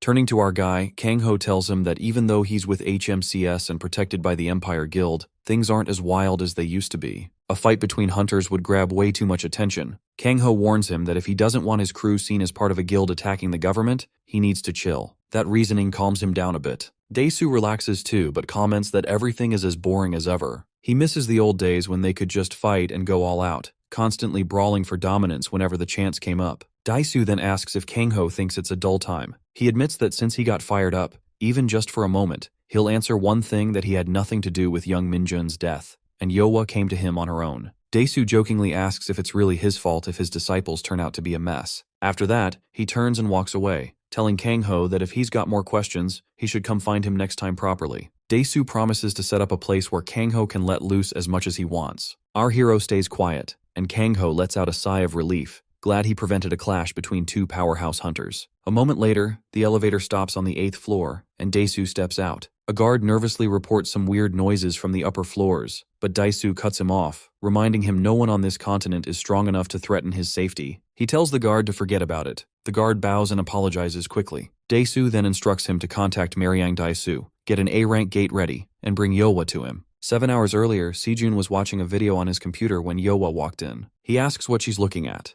She reminds him about the recently discovered gate they found together and tells him that several hunter corpses were found around it. The autopsy shows that all their internal organs popped at a cellular level. Yowa thinks the hunters either fought someone with a specific skill or ingested something toxic. But the real issue is that all the hunters are linked to a shady trade guild called IZ. She explains that IZ operates near the new gate and is so low profile that she's never heard of it before. There's barely any info on IZ, but rumors say the guild's leader is a demon. Sejun is taken aback and asks where she heard that. Yowa replies that working closely with the government means she hears a lot of stuff. She tells him it's up to him if he believes it, as she'll handle things her way. She turns to leave, adding that they're definitely making moves and that she'll keep him posted as soon as she knows more. As she walks away, she mentions that Daesoo is watching their guild, so Sejun shouldn't contact her unless she reaches out first. Sejun stops her and asks why she's doing all this, but she just says to keep it a secret from her master and that she doesn't plan on coming back. Sejun already figured Yowa wouldn't stick with Dao for 10 years without a reason. He sits back down, wondering why she's acting like this now. Even if she's teaming up with Daesoo to search for Siwoo, now that Siwoo is back, her behavior is confusing. He knows Siwoo trusts his 3 direct disciples completely, but they all seem burdened by their own secrets. He can't fully trust any of them. Frustrated, Sejun holds his head and calls out Yowa and Siwoo's names, wondering what they're thinking. Suddenly, Siwoo shows up. Having overheard him, he asks what's up with Yowa, making Sejun stand up in shock. Siwoo presses him,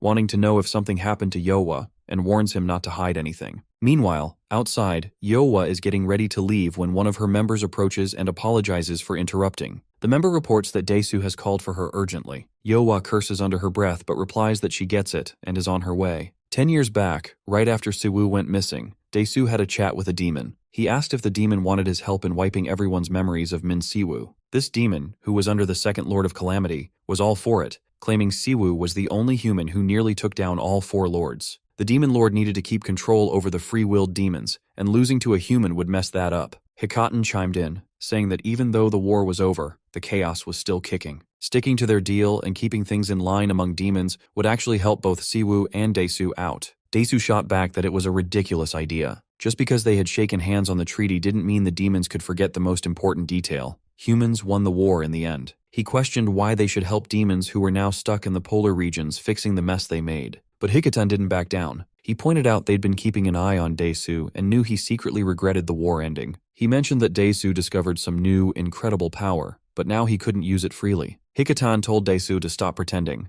The truth was, he just wanted to face stronger opponents. He promised they could help him unlock Mana's ultimate form. Daesu was taken aback for a moment. He asked if the demons would really go that far just to erase their lord's loss. And what if he got stronger and became an even bigger danger to them? Hikaten explained that demons lived much longer than humans, which changed their perspective. Their main goal was to learn the real nature of mana and the dimensional gates. With that, he turned to leave, telling Daesu they'd be waiting for a positive reply and calling him Korea's strongest hunter. Fast forward to now, Daesu was chilling inside an empty F-rank gate owned by the Infinite Guild, just waiting for his guard to check in. The guard reported that they found a gate with no living entities left, just as Daesu had asked, and access was all locked down under his ownership. Daesu gave the guard props for a job well done, and asked if the invitation had been sent out. The guard confirmed and reminded him about the summit meeting happening the next day. Daesu simply said he knew and told the guard not to make him repeat himself. Out of nowhere, Yoa barged in, clearly annoyed. She reminded Daesu that he told her to go on a business trip and wanted to know why he called her here. Daesu signaled to his guard to leave, warning Yoa to watch her tone with other people around. After the guard stepped out, she pressed him about what was going on. Daesu confessed that he knew she suspected him of being involved in Siwoo's disappearance. He admitted that he neither agreed nor went along with the demon's offer back then. Still, even though he knew Siwoo was fading from existence, it wasn't his problem. Yoa was furious, demanding to know what kind of nonsense he was saying.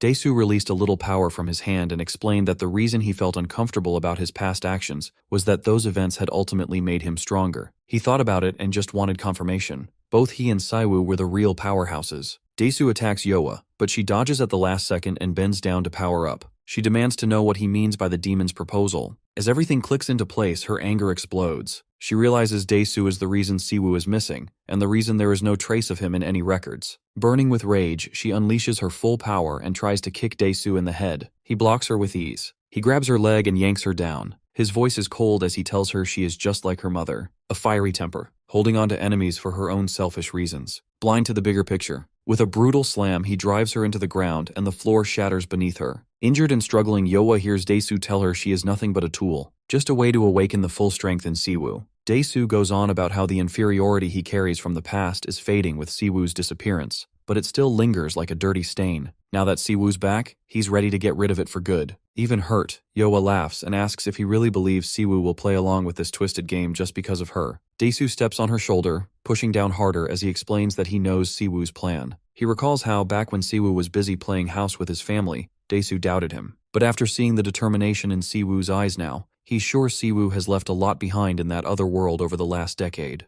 With more pressure on her shoulder, he tells Yoa she doesn't have to do anything except be the spark. He confesses he doesn't know the details about Minjun's death, but promises to use every card he's got. Then, he unleashes a chain that wraps around her and urges her to stop fighting. The shackles were made by the best in the Black Abyss, and even an S-rank hunter like her cannot break free easily. The chains absorb her mana, and the harder she pushes back, the more they drain her energy. If she keeps it up, they'll eventually break her down. Daesu says he has no idea how long his fight with Siwoo will last, but until then she can struggle all she wants. That is her purpose. Yoa stammeringly asks if he really thinks this will change anything. She yells that he's just trash. Suddenly she feels someone charging in. Our hero arrives, launching an intense attack at Daesu. The impact creates a massive shockwave, but Daesu manages to block it. With excitement, Daesu declares that history will be rewritten from here on out. The outdated hero will fall, and he will claim the title of the strongest in the land. Our hero smirks back, calling Daesu a lunatic, and casts a spell to strike him with thunder, but Daesu easily blocks it with a shield. Laughing,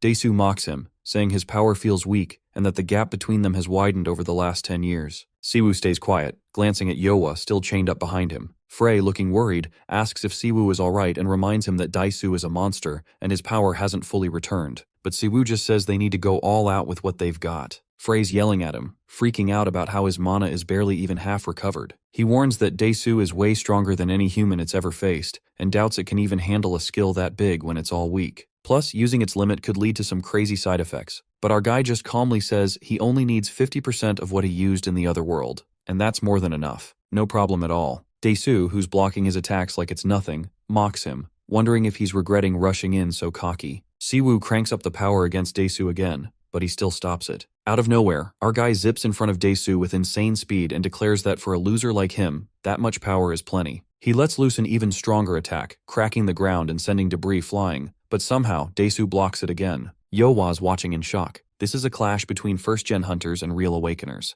Their casting speeds are so fast it's hard to even keep up. She knew there was a gap in power, but she never expected the difference between S rank and SS rank to be this huge. Daisu pulls out a spear and grips it tightly, laughing as he tells Siwoo it's been too long since he's felt this kind of thrill. He throws the spear at Siwoo, shouting how good it feels to let loose and dive into the pure essence of mana. Siwoo bends down and starts casting a spell, teasing Daisu about his old habit of collecting toys and showing off, even after 10 years. He creates this massive wall as a shield, but Daisu's spear tears right through it, smashing the wall to pieces. Frey screams, wondering if Daisu is even human. It warns him that Daisu seems strong enough to go toe-to-toe with a high-ranking demon, and that the spear coming at them is no regular tool. Siwoo says Daisu has always been a brute, but at the end of the day, he's just a half-baked human. He catches the spear mid-air, freezing Daisu for a split second, and then he bursts out laughing and charges right at him. Without slowing down, Daisu conjures a swarm of swords, grabs a few, and leaps, telling Siwoo not to blink. Siwoo quickly throws up a shield just in time to block the attack. Daisu smirks and mocks him, asking if that was all it took to make him crack. He then conjures a giant metal hammer and calls Siwoo's shield pathetic, slamming it over and over, vowing to smash it to dust. Siwoo responds with his own spell, summoning an Ice Fang spear that creates sharp ice spikes behind Daisu, ready to strike. But Daisu unleashes a surge of power that blows the spikes apart. He brushes off the little bits of ice stuck to him, saying that a true master never goes down easy. Annoyed, Siwoo tells Daisu to stop talking and take off the shackles if he doesn't want to die. He questions Daisu,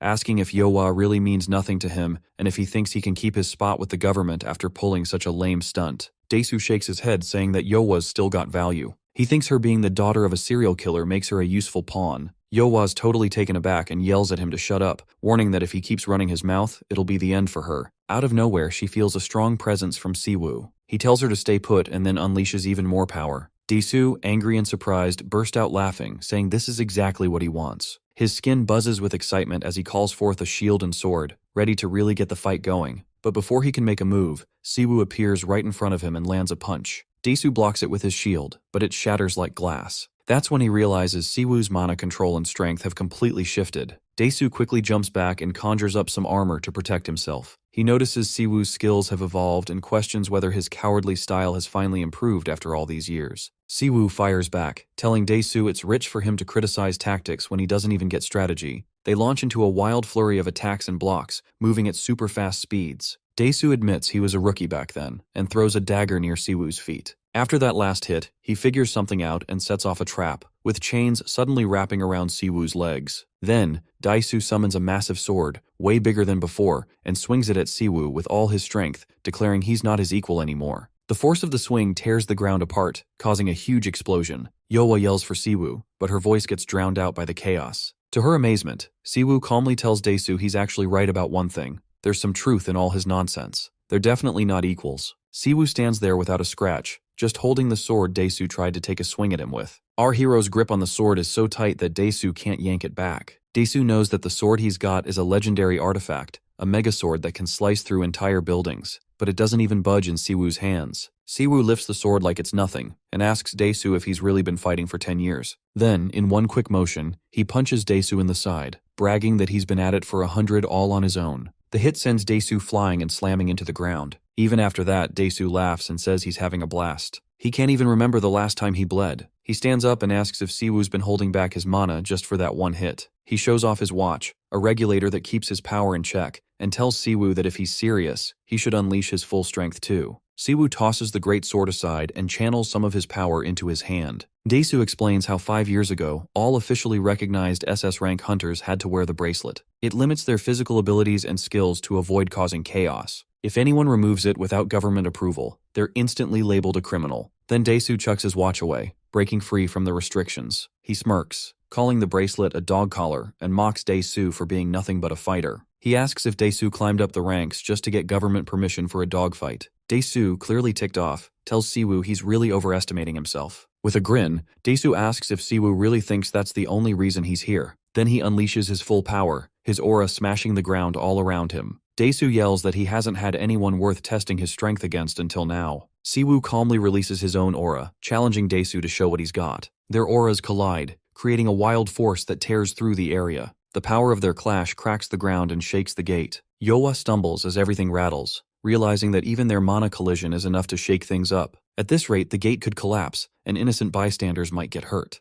Determined to intervene, she breaks free from the chains holding her back, knowing she has to step in no matter what. Meanwhile, Siwoo and Daesu keep going at it with everything they've got. They're trading blows, and each attack gets blocked or countered with insane precision. But it's Daesu who's having a tougher time. He uses his hammer to smash the ground, sending big chunks of rocks flying at Siwoo. But Siwoo dodges with a burst of speed, moving way too fast for Daesu to hit. Frey, watching from inside Siwoo, says its stomach feels a bit queasy, yet admits the power feels awesome. Even at half strength, Siwoo's full power is on a whole different level. The clash of Siwoo and Daesu's powers keeps escalating. Despite Daesu breaking his limits, he's still struggling. He coughs up blood, realizing that even without restrictions, there's still a huge gap between them. Refusing to accept this, Daesu summons a swarm of swords. Laughing crazily as he curses, he grabs a dark weapon next to him and throws it at Siwoo, commanding it to tear him apart. The weapon shifts into a monstrous tiger, sinking its teeth into Siwoo's arm. Siwoo instantly recognizes it as a monster sealed in an artifact. Without missing a beat, he casts a magic circle and tells Frey to activate the Tamer skill. Frey does its thing, and the tiger quickly turns on Daesu, realizing Siwoo is the new master. Furious, Daesu calls Siwoo a bastard and unleashes a new power, ready to keep the fight going. But before they can throw it down again, Yowa shows up, yelling for them to cut it out. She wants to know if they've both lost their minds and tells them to take a look around. The gate is about to break apart, and all that magic leaking out could cause major problems if it reaches the outside world. Yowa warns Daesu that he won't be able to dodge the blame if things go south. She reminds him that an international tribunal will come after him. Daesu calls her an arrogant brat, but Yowa stands firm. She tells him that while he's been losing his grip, she's already reached out to the Hunter Association and HMCS headquarters.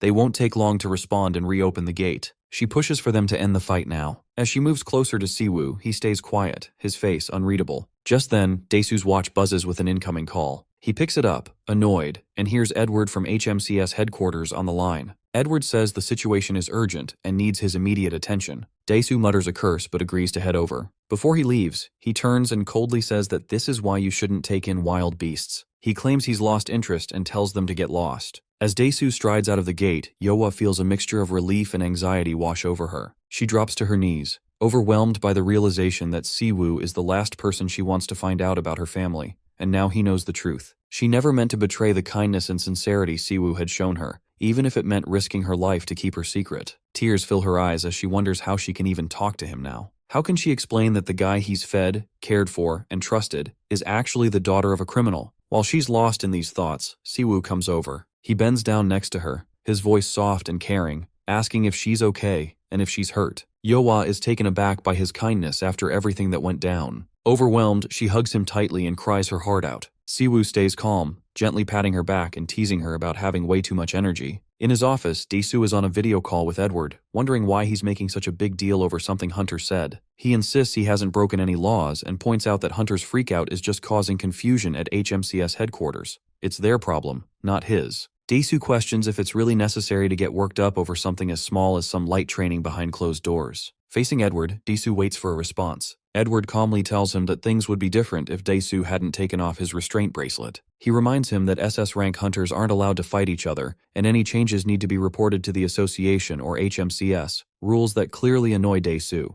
Using magic against an HMCS hunter means an investigation, and as a national leader, Daesu could even end up in an international court. Even if his country finds no fault, the international laws still apply. With a smile, Edward suggests there's no need to make a big deal out of a small issue in peaceful times. He asks Daesu to handle it quietly in Korea. As he stands up, he mentions they still need to hear from everyone involved, which means they'll have to meet with the guy Dae-soo confronted. Dae-soo, feeling suspicious, asks if Edward is targeting Siwoo. Edward just says they'll talk in Korea and hangs up. Furious and humiliated, Dae-soo remembers how 10 years ago he was catching up to Siwoo, but since Siwoo disappeared, his power grew far beyond Dae-soo's reach, like he became a whole different person. Dae-soo can't believe how much the gap has widened between them now. He wonders what Siwoo has been up to all this time and how long it's been since he last felt that thrill of unrestricted fighting. Sitting down, Dae-soo realizes that the strength he gained while being held back isn't enough anymore. After all this time, he finally has a goal worth breaking free for again. With a mix of frustration and determination, Dae-soo welcomes back the mad dog, Siwoo. A week later, at the Azure Flower Guild, Siwoo asks Yoa why she didn't say hi, even though she knew he was back. She shyly admits she has no excuses and says it's just enough for her to know he's returned. Siwoo sighs in frustration and asks if she found out anything about Minjun while he was away. Yoa apologized, saying she couldn't find anything useful. She made it clear that no one in the country is involved, and that Dae-soo just keeps her around for his own gain. She also mentioned she hasn't seen any proof that Dae-soo is up to anything shady with his siblings or disciples. Panicking a bit, she insisted that her judgment wasn't clouded by the fact that Dae-soo is her blood relative.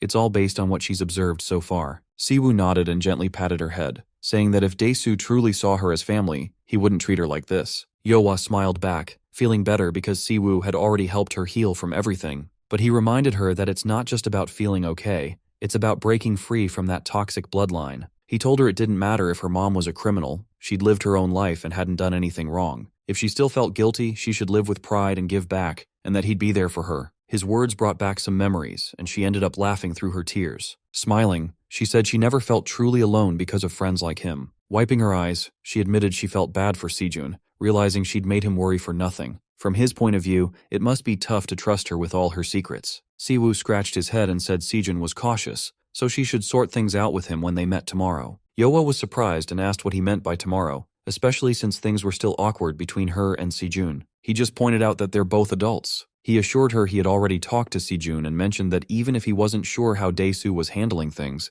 at least it hadn't blown up into a huge mess. He checked his phone, chuckled at Sejun's instincts, and then noticed he had 9 missed calls from HMCS. Just then, Junggu burst in, looking surprised and asking why Jungho wasn't gone yet after his trip. Junggu, clearly frustrated, said it was urgent and scolded him for not picking up. He'd been searching everywhere. Then Jeonho showed up too, and informed him that he got a call from HMCS International Headquarters. Edward is coming to Korea to meet him in person. Jeonho asked if he knew anything about it, but Siwoo only responded with a question. Did Edward find out? He looked annoyed at the news. When he asked if Edward gave a reason for the visit, Jeonho explained there was a gag order on the whole branch, so no details were available. Confused, Junggu asked if Siwoo really knew the vice president. Jeonho said Edward mentioned Siwoo by name and assumed he was involved, which was a first for the HMCS Korean branch. When pressed for answers, Siwoo simply said sorry. He could not share anything with the gag order in place. Jeonho accepted this and let him know that the headquarters would reach out once they had a fixed schedule, so he should just wait for now. As Jeonho dragged Junggu away, he whispered for him to figure out what was going on, whether by buttering up Siwoo or using all his connections. He also whispered questions about Yoa's relationship with Dae-soo and why she and Siwoo seemed so comfortable together. Junggu shrugged and said he had no idea. Noticing the HMCS members whispering,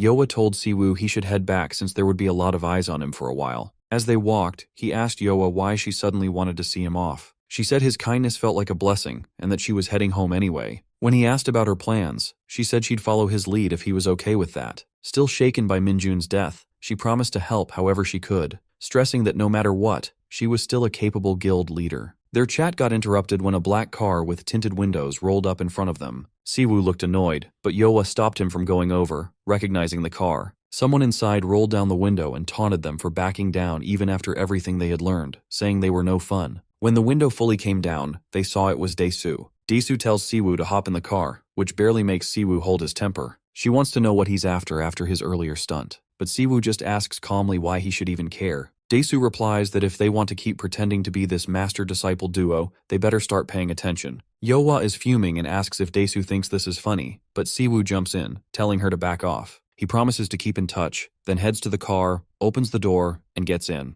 The car drives off, leaving Yoa standing alone in the street. During the ride, Siwoo can't help but mock Dae-soo for showing up after getting his butt kicked. Daesu just laughs it off, saying the fight isn't finished yet. If Yoa hadn't interrupted, he would have wrapped it up already. He goes on to say that thanks to Siwoo, they'll soon have a real international stage to settle things. Siwoo scoffs at him, telling him to get lost and can't wrap his head around how someone like him is in charge. Out of the blue, Daesu starts talking about pandemonium, instantly catching Siwoo's interest. Daesu explains that even though everyone thinks pandemonium is wiped out, there are still some members scattered around the world. He reveals that after Siwoo disappeared for 10 years, demons actually reached out to him through their network and even asked for help in erasing any trace of Siwoo. This means that pandemonium has been keeping tabs on him too. Daesu asks Siwoo if he thinks pandemonium is just some cult playing with dark powers, or if they're really the hidden pawns of demons. Siwoo stays quiet, so Daesu keeps going. After pandemonium fell and demons were pushed to the far north, most of their signs disappeared. But since then, leaders, including Daesu, have been watching for any demon activity. However, they hadn't found anything significant until recently. Daesu then drops a bombshell about reports of half-demons in the Middle Eastern desert. Siwoo is taken aback and asks if he's hearing that right. Half-demons? Daesu confirms it, explaining that these are humans who've had long-term contact with demons or kids born from demon-human pairings. They might not have horns or wings like full demons, but they use black mana. He mentions this is all he's getting from government officials. He explains that the harsher the landscape, the more likely that high-level gates will pop up, making it tough for outside forces to check things out. Then, Daesu turns to Siwoo and asks if he was siding with the demons during his 10 years away, bringing up the black mana he used in their fight. Siwoo firmly denies it, but Daesu teases him, reminding him how much he used to hate demons. Yet at the end of the day, Daesu suggests that Siwoo is just as desperate for power. Siwoo asks if Daesu really thinks that and tells him to pull over if he's done talking. The car pulls over by the side of the road and he gets out. Before heading off, he makes it clear to Daesu not to get the wrong idea. He's not into teaming up with shady demons or getting tangled up with someone as reckless as Daesu. He suggests Daesu should drop the tough guy act, but adds that if Daesu ever feels like getting himself killed, he should reach out. And while he's at it, Daesu should kneel and say sorry to Yoa. Daesu, annoyed but still grinning, says he understands Siwoo has his quirks, but it's pathetic to waste time on weaklings who'll never measure up. He slams the car door, warning Siwoo that he'll regret this someday. The car drives off, leaving Siwoo to think about the reality of half-demons. The next day at the HMCS building, there's a lot going on, and the staff is taken aback by the representatives from the HMCS International Headquarters. People are whispering, speculating if it's just a routine check or something more important. No one knows for sure. In the branch chief's office, Jaeonho thanks Edward for coming and introduces Siwoo as a new recruit for the HMCS gangbook team. Edward greets Siwoo politely, but Siwoo casually questions what kind of setup this is, catching Jaeonho off guard. Jaeonho quickly reminds Siwoo about his position, but Edward steps in, asking Jaeonho to leave them alone for a minute. Jaeonho, confused but careful, agrees, not wanting to ruin his chance of a connection with HQ. He tells Edward to call him if anything comes up and steps out, unsure of what's going on but trusting Siwoo. Once Jaeonho and the others leave, Edward loses his cool and calls Siwoo a bastard. He grabs Siwoo by the collar, demanding to know where he's been for the last decade. Siwoo asks Edward to chill, and after a moment, Edward lets go, muttering some curses. Edward admits he's glad to see Siwoo back but presses him again about his whereabouts. With a sigh, Siwoo realizes he has to explain everything again. He gestures for Edward to take a seat. After a bit of back and forth, when Siwoo finishes his story, Edward can't help but think that the whole idea of another dimension and different time flow sounds crazy, but with the gates opening on Earth, who knows, right? Edward thinks back to when Siwoo was a big deal, but now it feels like his name is lost in the shuffle. Seeing Siwoo again makes Edward feel like he's starting to remember things he thought were long gone. Siwoo jokes that Edward seems to have a good memory considering he just heard his name. Edward insists he can't forget someone who saved him countless times during the chaotic days. Siwoo finds Edward's praise a bit much and asks how he's been in touch with Yoa. Edward explains that HMCS headquarters is leading a joint investigation with different guilds worldwide, and Yoa's guild is part of that. She's made a name for herself in a recent case, which is how Edward got her contact info. Then Edward asks Siwoo if he's planning to stick with the HMCS Korea branch and offers him a spot at headquarters. Siwoo declines, which surprises Edward, who asks why he doesn't want the chance. Siwoo simply says he doesn't see a reason to. Edward pushes back, saying someone like Siwoo really belongs on a bigger stage and he could use a dependable right-hand man. Siwoo thanks him for the offer but says he's already on his own investigation. Edward agrees that HQ could help with that, pointing out their extensive investigative authority. Siwoo says he'll think about it and asks what the joint investigation is about. Edward explains that a massacre of hunters happened near a newly discovered gate out in the desert. While most assume it's got to do with monsters, the autopsy shows poisoning. All the hunters died from something they ingested, and they suspected it was illegal enhancement drugs. Siwoo looks pretty shocked by this news. He asks Edward if he's talking about some kind of awakener drug. Edward nods and explains that there's been no official word yet, because they still don't have solid details on the substance or how it's being distributed. But behind the scenes, the Central Bureau is looking into a bunch of awakened deaths that have been happening worldwide over the last 6 months. Edward mentions that the autopsies show one weird thing in common. The victims' internal organs are rupturing at the cell level. It's a tough case to go public with since most of the victims are awakened criminals, and they never find any drugs in their systems. Luckily, a witness in China stepped up about a similar situation. The witness claims that the deceased awakeners breathed in a black powder before going on a rampage and eventually self-destructing.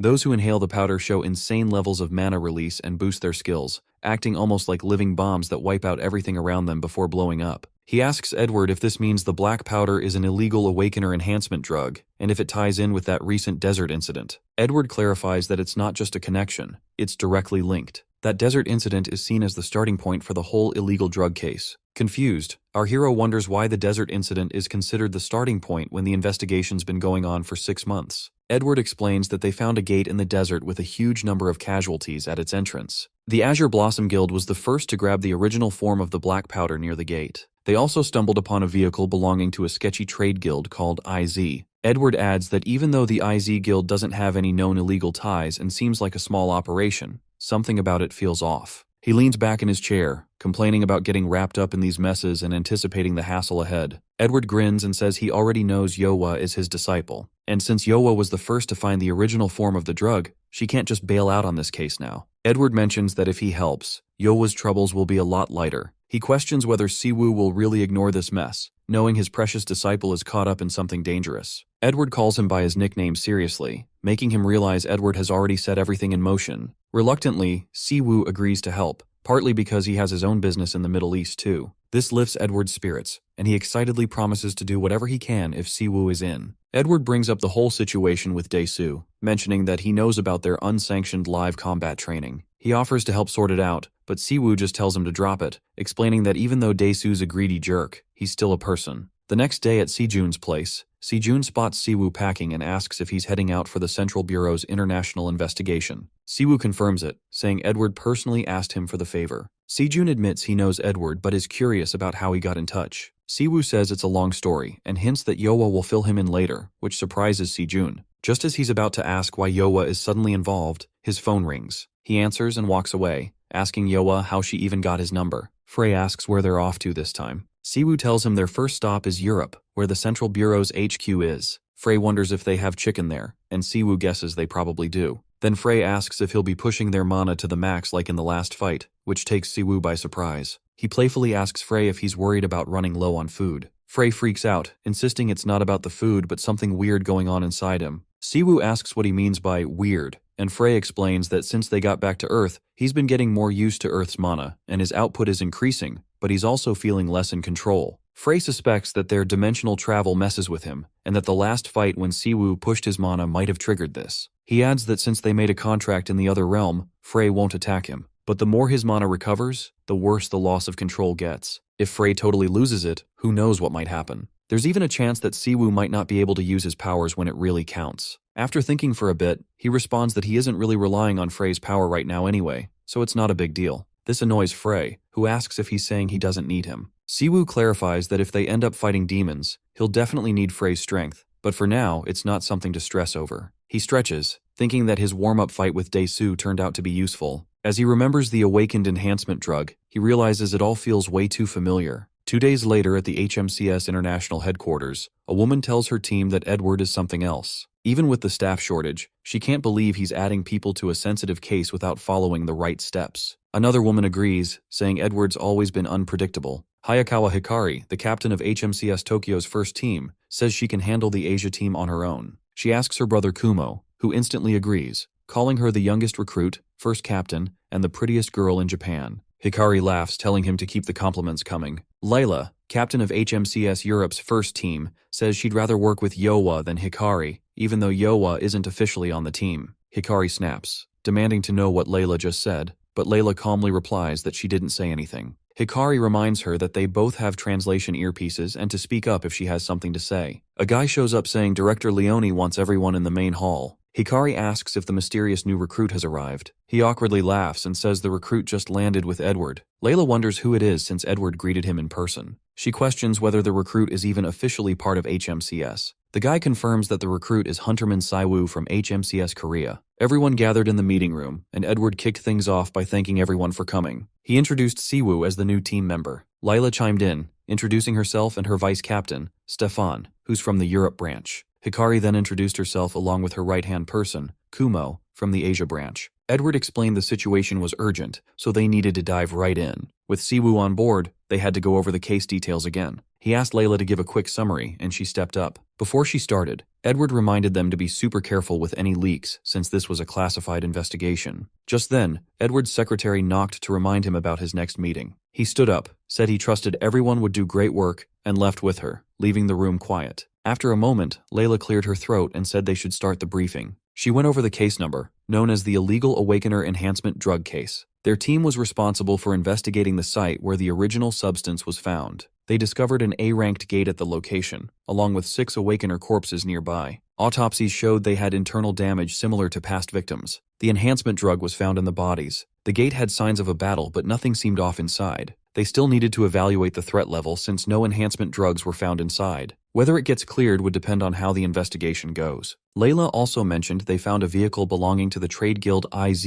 near the site. After checking it out, they found IZ is a small legal guild operating in the Middle East, and nothing seemed out of the ordinary there. So, their team will mainly focus on digging deeper into the gate and doing a thorough investigation around the site. Once she wrapped up her briefing, Layla asked if anyone had questions. Our hero said he was already up to speed on the case details, so he didn't have questions about that. But he asked if there was any info on demonic beings or half-demons. Layla looked a bit puzzled and asked if he thought they might be involved in the case. Our hero clarified he wasn't suggesting a direct link, just thought it was worth checking out, just in case. He explains that if the drug is completely man-made, figuring out where it came from wouldn't be so tricky. If it was made using specific skills, a tracking-type awakener would have caught it way earlier. This raises some red flags for the trade guild, and he's curious if there's any info about the Eyes Guild from past cases. Hikari jumps in, clearly confused, and asks why he's bringing up stuff that seems unrelated. He calmly replies that they won't know if it's related or not until they do some digging. He mentions that he's bringing it up because of some info he stumbled upon.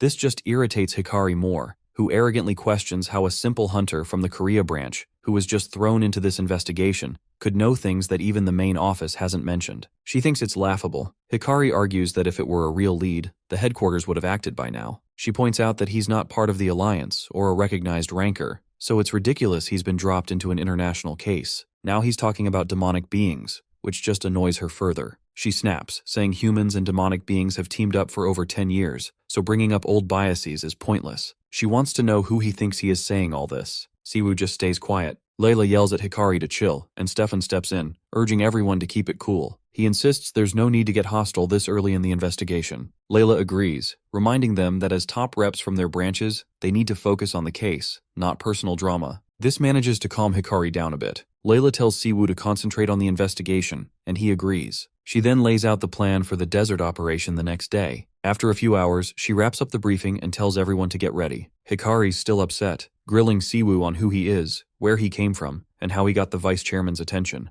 Layla tells Hikari they'll be working together for a while and advises her to let it go. Hikari's taken aback, asking if Layla is backing Siwoo. Layla clarifies she's not, but she thinks Siwoo seems more seasoned than she expected. Meanwhile, Siwoo stays in the meeting room, yawning and thinking this investigation could turn out to be way more annoying than he thought. Frey chimes in that he's been called out before for having zero social skills and being a total outcast. Siwoo brushes it off, saying he just isn't into formalities. Someone jokes about Siwoo's dramatic entrance. He replies that Edward took his sweet time and must be busy. Edward comes in, calling the investigation agency a circus. He says these guys call themselves awakeners but act like lunatics with bombs. After 10 years, it's still chaotic. Siwoo stands up and reminds Edward that with great power comes great responsibility, a lesson really learned through experience. As he walks up front, Edward asks about his team. Siwoo glances at the documents and says they're a bit of a hassle, but as long as they don't get in his way, he's fine with it. Edward grins, saying Siwoo hasn't changed in the last decade. He reminds him that tomorrow's mission is just a routine survey, so he should keep it simple. With HMCS backing them, everything should go smoothly. Siwoo nods, looking pretty indifferent. The next day, They show up at the HMCS Middle Eastern Branch headquarters, where a guy greets them. He tells them their accommodations are set up at the main office building and that a vehicle is ready to take them to the incident site the following day. Layla thanked the branch director and asked about the access permit for the gate at the incident site. Siwoo looks around while Frey gripes about the heat, calling it the worst place on Earth. Siwoo notices there aren't any signs of demons in the city, and the mana density seems stable, making him wonder if Edward is just sending them on a wild goose chase. Out of nowhere, Hikari calls out to him, warning him to stay sharp and focused if he wants to make it through this, making Siwoo realize this investigation is definitely going to be more annoying than he thought. Siwoo was curious about half-demons, and an Arab guy chimed in, saying he'd never actually seen one, just heard stories. He mentioned there's supposed to be a village in the deep desert where these demons live. Another dude was skeptical, saying he hadn't heard of this place and they don't keep tabs on every little faction. If there's a demon-run group out there, that's news to him. A woman added that half-demons look just like regular folks. Without a magic detector, you couldn't tell them apart from any human. Maybe things are better now, but 10 years ago, the war between humans and demons led to these hybrids. They're often treated like outcasts, so hiding and blending in is their best bet. Even if a half-demon is wandering around, no one would probably notice.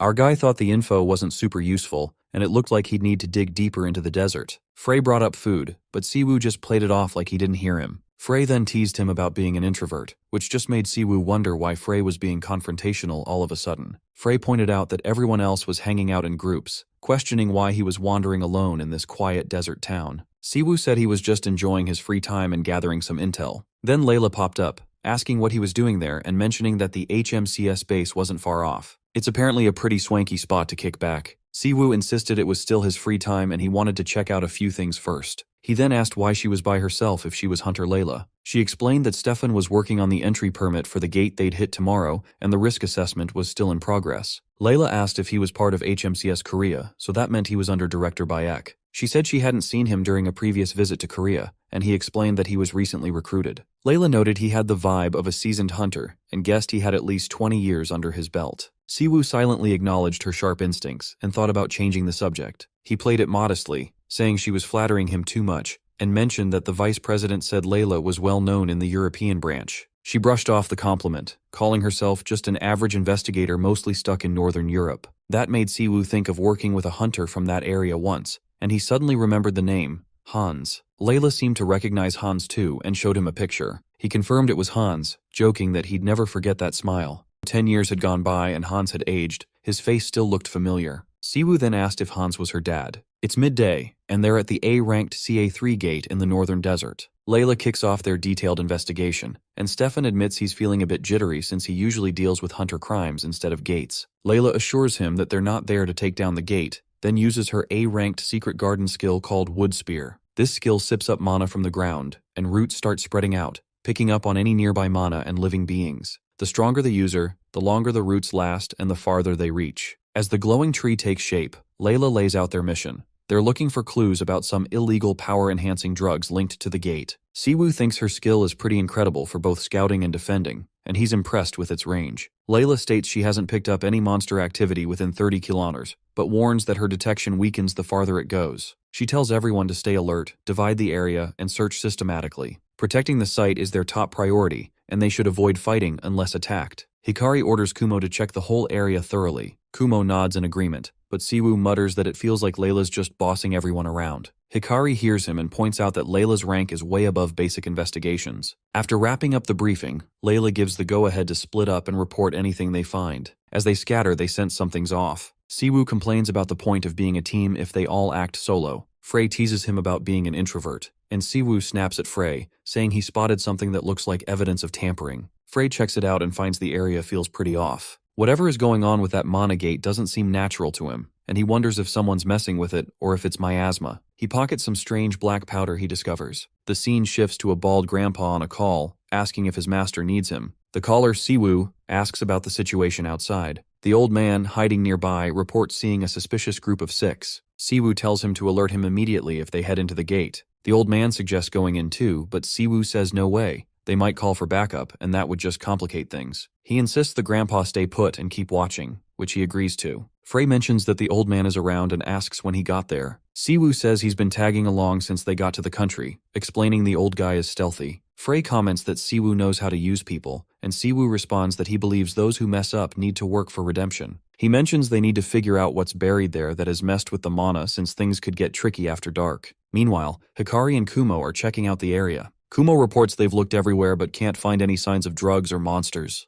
Hikari is puzzled, saying it doesn't make sense for an uncleared gate to be this clean. Kumo recalls they found evidence of fighting outside, suggesting maybe those involved in the fight were taken out. Hikari adds that maybe the drug users never even went into the gate, but argues that if there were power-enhancing drugs, the gate shouldn't look so untouched. After the incident, access to the gate is really tight. If someone managed to clean it out, some signs should be left behind. If they didn't get in, the stuff inside should still be untouched. There's gotta be something valuable in there. They need to find something else worth reporting if there's no clear proof. HQ sent them here with high hopes. They can't just head back empty-handed. Hikari is determined. She bites her lip and tells herself that even if they have to dig up the whole area, they need to find something. She figures that if this is really an A-rank gate, valuable mana stones must be buried underground. So she summons her Spirit of Fire, which shows up as a huge snake, and gets to work digging. She's pretty impressed by its power. Layla watches all this in shock since she hasn't gotten any alerts about it. She calls Stefan over to check it out and mutters to herself that things never go smoothly. Just then, those 3 people from earlier pop up behind her, looking ready to ambush. Layla casually suggests they might as well call it a day and head back, unaware they're behind her. Meanwhile, Kumo turns to Hikari and asks if just one attack really caused all this mess. He tells her she's incredible. She responds that now they should see if they can find some mana stones or enhancement drugs. But then she spots something unusual and asks if those are corpses. Kumo answers that they are definitely monsters that thrive on darkness and mess with the cycle of life to come back. He adds that they look like zombies and suddenly they start gearing up to attack. Hikari and her brother are about to get swarmed by the undead popping up from underground.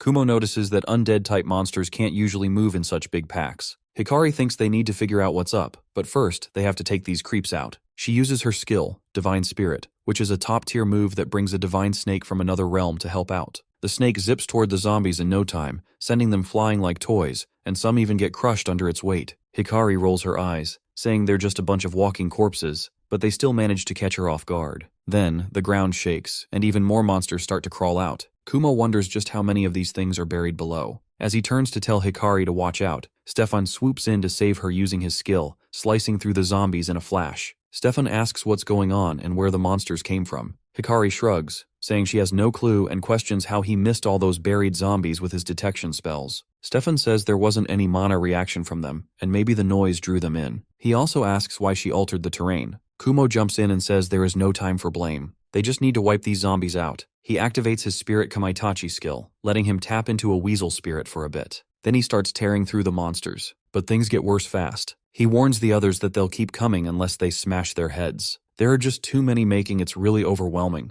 Hikari points out that her skill needs living souls to keep going, so the leftover corpse bits won't help. She tells Stefan to reach out to his team leader. Stefan snaps back, saying he doesn't have time for that. But with all this chaos, the team leader will probably show up soon anyway. Kumo thinks to himself how tiring it is to smash heads one by one while still being attacked. For those who rely on big area spells, this is a nightmare. If this keeps up, they're not going to last. He has to admit to himself that they're in a pretty bad spot. Out of nowhere, Siwoo appears and blasts the zombies with fire magic, taking them all out like it's nothing. Hikari can't believe it as he hits every single head with pinpoint accuracy, almost like gunfire. She's starting to realize just how strong Siwoo really is, and it's not exactly sitting well with her. Stefan lets out a sigh of relief. He explains that with all the zombies coming from a gate, it makes sense why the team leader's skill couldn't pick up any life signs. For now, he thinks they should fall back and come up with a better plan at dawn. Kumo agrees, saying they should leave the gate for now, just like Siwoo suggested, but Hikari doesn't seem ready to go. Siwoo calls her out, saying she's being stubborn. He warns that pushing forward will only make things messier. She wants to hurry, but she's just wasting her mana. She looks a bit embarrassed about it. Just then, another wave of zombies charges at them.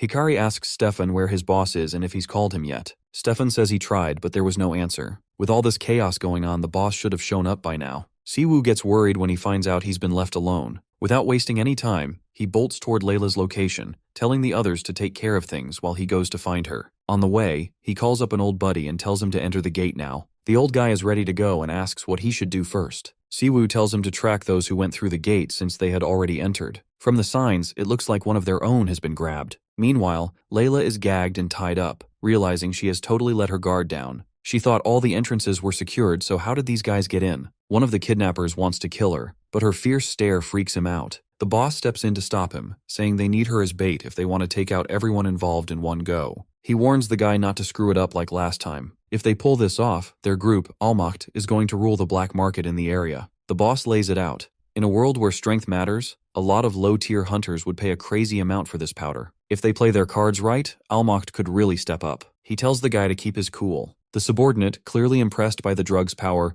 wonders how much longer they'll have to hide and take orders from someone else. The boss snaps at him, calling him Robert, and tells him to watch his tone. Then, another guy shows up with a scar on his face and a hand oozing black blood. As that blood hits the ground, zombies start to rise around him. The bonehead tries to cover his dripping arm, and as we get a good look at this creepy dude, the boss mentions that this guy is a necromancer. Necromancy is a creepy skill that messes with life and death, and most people totally hate it. It's so sketchy that anyone who has it becomes a target for fear and anger. Even those who've done some seriously messed up stuff avoid it. One dude watching all this thinks he's seen it all in shady places, but he wonders if this necromancer can even be called human. Still, he needs this guy's connections to bring back the Allmacht organization, which his father ditched. One of his lackeys finds a vial and asks if it's the drug. He's practically begging for just a tiny sip. Furious boss warns him that if he wants to end up like those poor souls outside the gate, go ahead. Just one dose can boost a hunter's skill to S rank, but you can't stop once you start. The addict's body will overload and blow up. It's a drug that burns like fire, quick and deadly. The boss has witnessed its horrors firsthand and wonders how it's made. Even detection skills can't catch it. Where is it coming from? Then we find out the necromancer's name is Ivan. The boss greets him, claiming they're in the same boat now, and he must know the drug's source. Ivan smirks, saying the boss can't even handle his clueless subordinates. The drug incident has caught the eye of the International Investigation Agency, and now he wants details on the supply chain. The boss defends himself, saying things like this are bound to happen in the drug business. Ivan mocks him, calling him bold and shameless, which he finds amusing but still won't share the source. If their clueless captain lets slip any info to his even dumber subordinates, it'll be a disaster. Robert is irritated and accuses Ivan of disrespecting the captain, but the boss raises a hand to cool things down. A girl chimes in, saying their noise is scaring the investigators, and asks Ivan if she guessed right. Her name is Crow, and Ivan notices her presence and asks what she's doing there. Crow thinks Ivan is messing around and warns him against actions that could endanger the entire anti-demon group for the IZ Guild's sake. Ivan chuckles, guessing their cautious leader put her up to it. He tells Crow to pass along a simple message: wipe them all out. Crow responds that Ivan only knows how to play with corpses, so he doesn't get how people work. Their bonds are strong and dangerously unpredictable. She glances at Layla and hints that she could be a problem. Ivan says he'll let her live for now, at least until they deal with everyone else. Crow clarifies she's not talking about Layla, but about Ivan himself. She warns him it might be too late and urges him to think carefully. Are they really on the same side?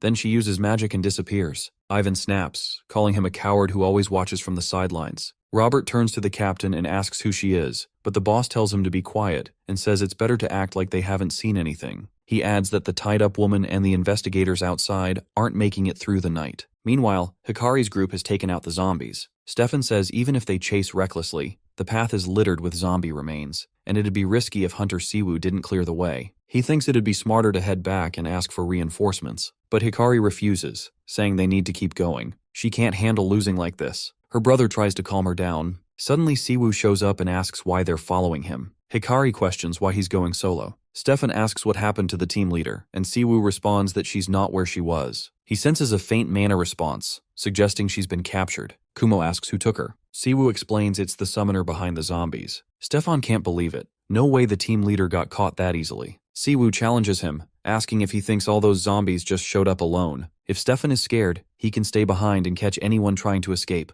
but they all end up chasing after him. Stefan asks if that means the zombie summoner and the kidnapper are inside. Siwoo replies maybe, and that he's already dealt with 4 guards in the area. Suddenly, Hikari catches a terrible smell. Kumo thinks the stench is worse than expected. Stefan comments on how their team leader ended up in a place like this. It looks like they've arrived. One of the kidnappers steps forward, mocking them and saying they saved him the trouble of searching since they came right to him. Kumo charges ahead, accusing them of wearing out his sister. Robert sneers at them, calling them mannerless brats, wasting taxpayers' money. Normally, he'd introduce himself, but he's ready to take them down. Zombies back him up, and the boss warns the intruders they're in for a rough time. A total brawl kicks off, and Siwoo fights to protect the girl. Hikari's all confused by the yellow energy swirling around her, lifting her to safety. Ivan thinks it is pretty wild that someone is actually using necromancy. He cannot exactly criticize, since he is into it too. Kumo is livid and charges Ivan while his friends shout that the fight is still going on. Kumo throws a massive punch, but Robert's defensive magic completely blocks it. Siwoo realizes they've got way too many enemies to deal with. Frey chimes in that Ivan's way stronger than your average human. Siwoo agrees, pointing out Ivan's been prepping for this from the get-go. They're in a tight spot, and it won't be easy. Ivan teases Siwoo about his guts, asking if he's strong enough to be useful. Siwoo then pulls out the slicing wind skill, whipping up green, deadly tornadoes that wipe out the zombies instantly. Ivan's impressed, and wonders what kind of life Siwoo's lived to be this strong, while calling him some kind of monster that preys on his own kind. He starts gathering more energy. Black energy erupts from the zombies, and more gross ones appear, making Frey sick. Siwoo decides it's time for a full-on attack since their numbers are getting out of hand. He unleashes Thunderbolt, zapping the zombies and roasting them on the spot. Ivan's blown away by Siwoo's mana control, but Siwoo shoots back that he's more shocked that someone like Ivan can talk so clearly. Ivan gets angry, saying trash is a harsh label. He claims he doesn't use the powder, and puts it down as junk for losers. He mocks those who can't use mana without someone else's gate, saying a human hired him for this mission, and finds it funny to feast on his own kind. He proclaims it's a noble mission to help scum like that be reborn, believing humans are at their finest when they die, especially those dependent on the powder. They make for excellent material. Siwoo senses there's no disturbance in Ivan's demonic energy, which means he's not lying. So, someone else must be making that illegal enhancement drug. He retorts that Ivan's noble mission stinks, calling it gross and pathetic, and asks if Ivan doesn't feel ashamed. Ivan counters that he doesn't expect anyone to get it, but it hurts. He tells his creations to kill, make more, and keep killing. As long as the moon's out, he's got tons of mana. They're still battling the zombies and kidnappers, fighting off monsters, keeping an eye out for stragglers, and checking on the injured. Ivan taunts Siwoo, asking how long he can keep up that smug attitude before wounding him with black magic. Siwoo grabs his injured arm and casually says, half-demons don't use mana, they use magic. Ivan is taken aback, and while Siwoo heals his wound with magic and asks if Ivan is a half-demon, a cursed bloodline shunned by both demons and humans and stuck between two worlds. He points out that Ivan lies while using that nasty power and then asks who is the real mutt now. Ivan laughs but starts to tremble a bit. He releases a surge of demonic energy and curses the humans. Frey notes that the energy is super dense and warns Siwoo that this could roll badly. Siwoo responds confidently that even if Ivan's power has risen, his attacks are easier to predict now. He thinks he can deal with it as long as those cursed bugs don't get summoned. But if this keeps up, he'll have to go all out. He checks with Frey, and she warns him not to push too hard. Siwoo jokes that he's just ramping up his previous move and teases that she looks scared, saying this is actually getting fun and he's feeling pumped. Siwoo activates the Tamer skill, and chains burst from a magic circle gripping the zombies. Stefan's shocked to see them stop moving. Robert and his boss wonder what's going on with the zombies. Kumo figures it out and announces that the zombies are being controlled now. They turn and start attacking their own side, leaving the enemy group stunned and demanding Ivan do something. Frustrated, Ivan snaps back, saying no one can dominate all the undead at once, and thinks the whole situation is too ridiculous to even laugh at. Then he zeroes in on Siwoo and asks who he really is. He demands to know if Siwoo is even human. Siwoo stays chill and says the experience was intense, maybe because he raised his output a bit. Frey groans and says she feels like tossing her cookies. Siwoo tells her to take a breather and that he'll handle the fight. He tells the zombies to go after their dad. The zombies charge at Ivan, who struggles a bit with their numbers. Suddenly, a huge explosion rocks the place. Ivan declares the game over. He's not holding back anymore. Out of nowhere, Siwoo pops up behind him, asking if there's anything else he's hiding. Ivan's eyes go wide, seeing Siwoo activate the acceleration skill. Siwoo gets ready to attack and thanks Ivan for breaking the wall. He charges up a powerful magic, and another massive explosion goes off. But luck's on Ivan's side. Crow swoops in to save him. Crow smiles and says it's been a minute. Siwoo mentions he thought Crow wouldn't step in, and taking down Ivan seemed like a lot. Crow says she's more important than she looks, and if she's no longer useful, Siwoo can do what he wants. But for now, she wants to let it go since she's not looking to tangle with someone as strong as him. Siwoo thinks Crow is different from the others and linked to the drug trade. With her attitude, she could be a problem down the road. He considers dealing with her now but realizes there are bigger fish to fry. Plus, the woman's clearly stronger than the necromancer. So he asks her who leads the anti-demon clan and how someone like that gets mixed up in this shady business. Crow explains that Siwoo knows a decent amount about them, but he's got it twisted.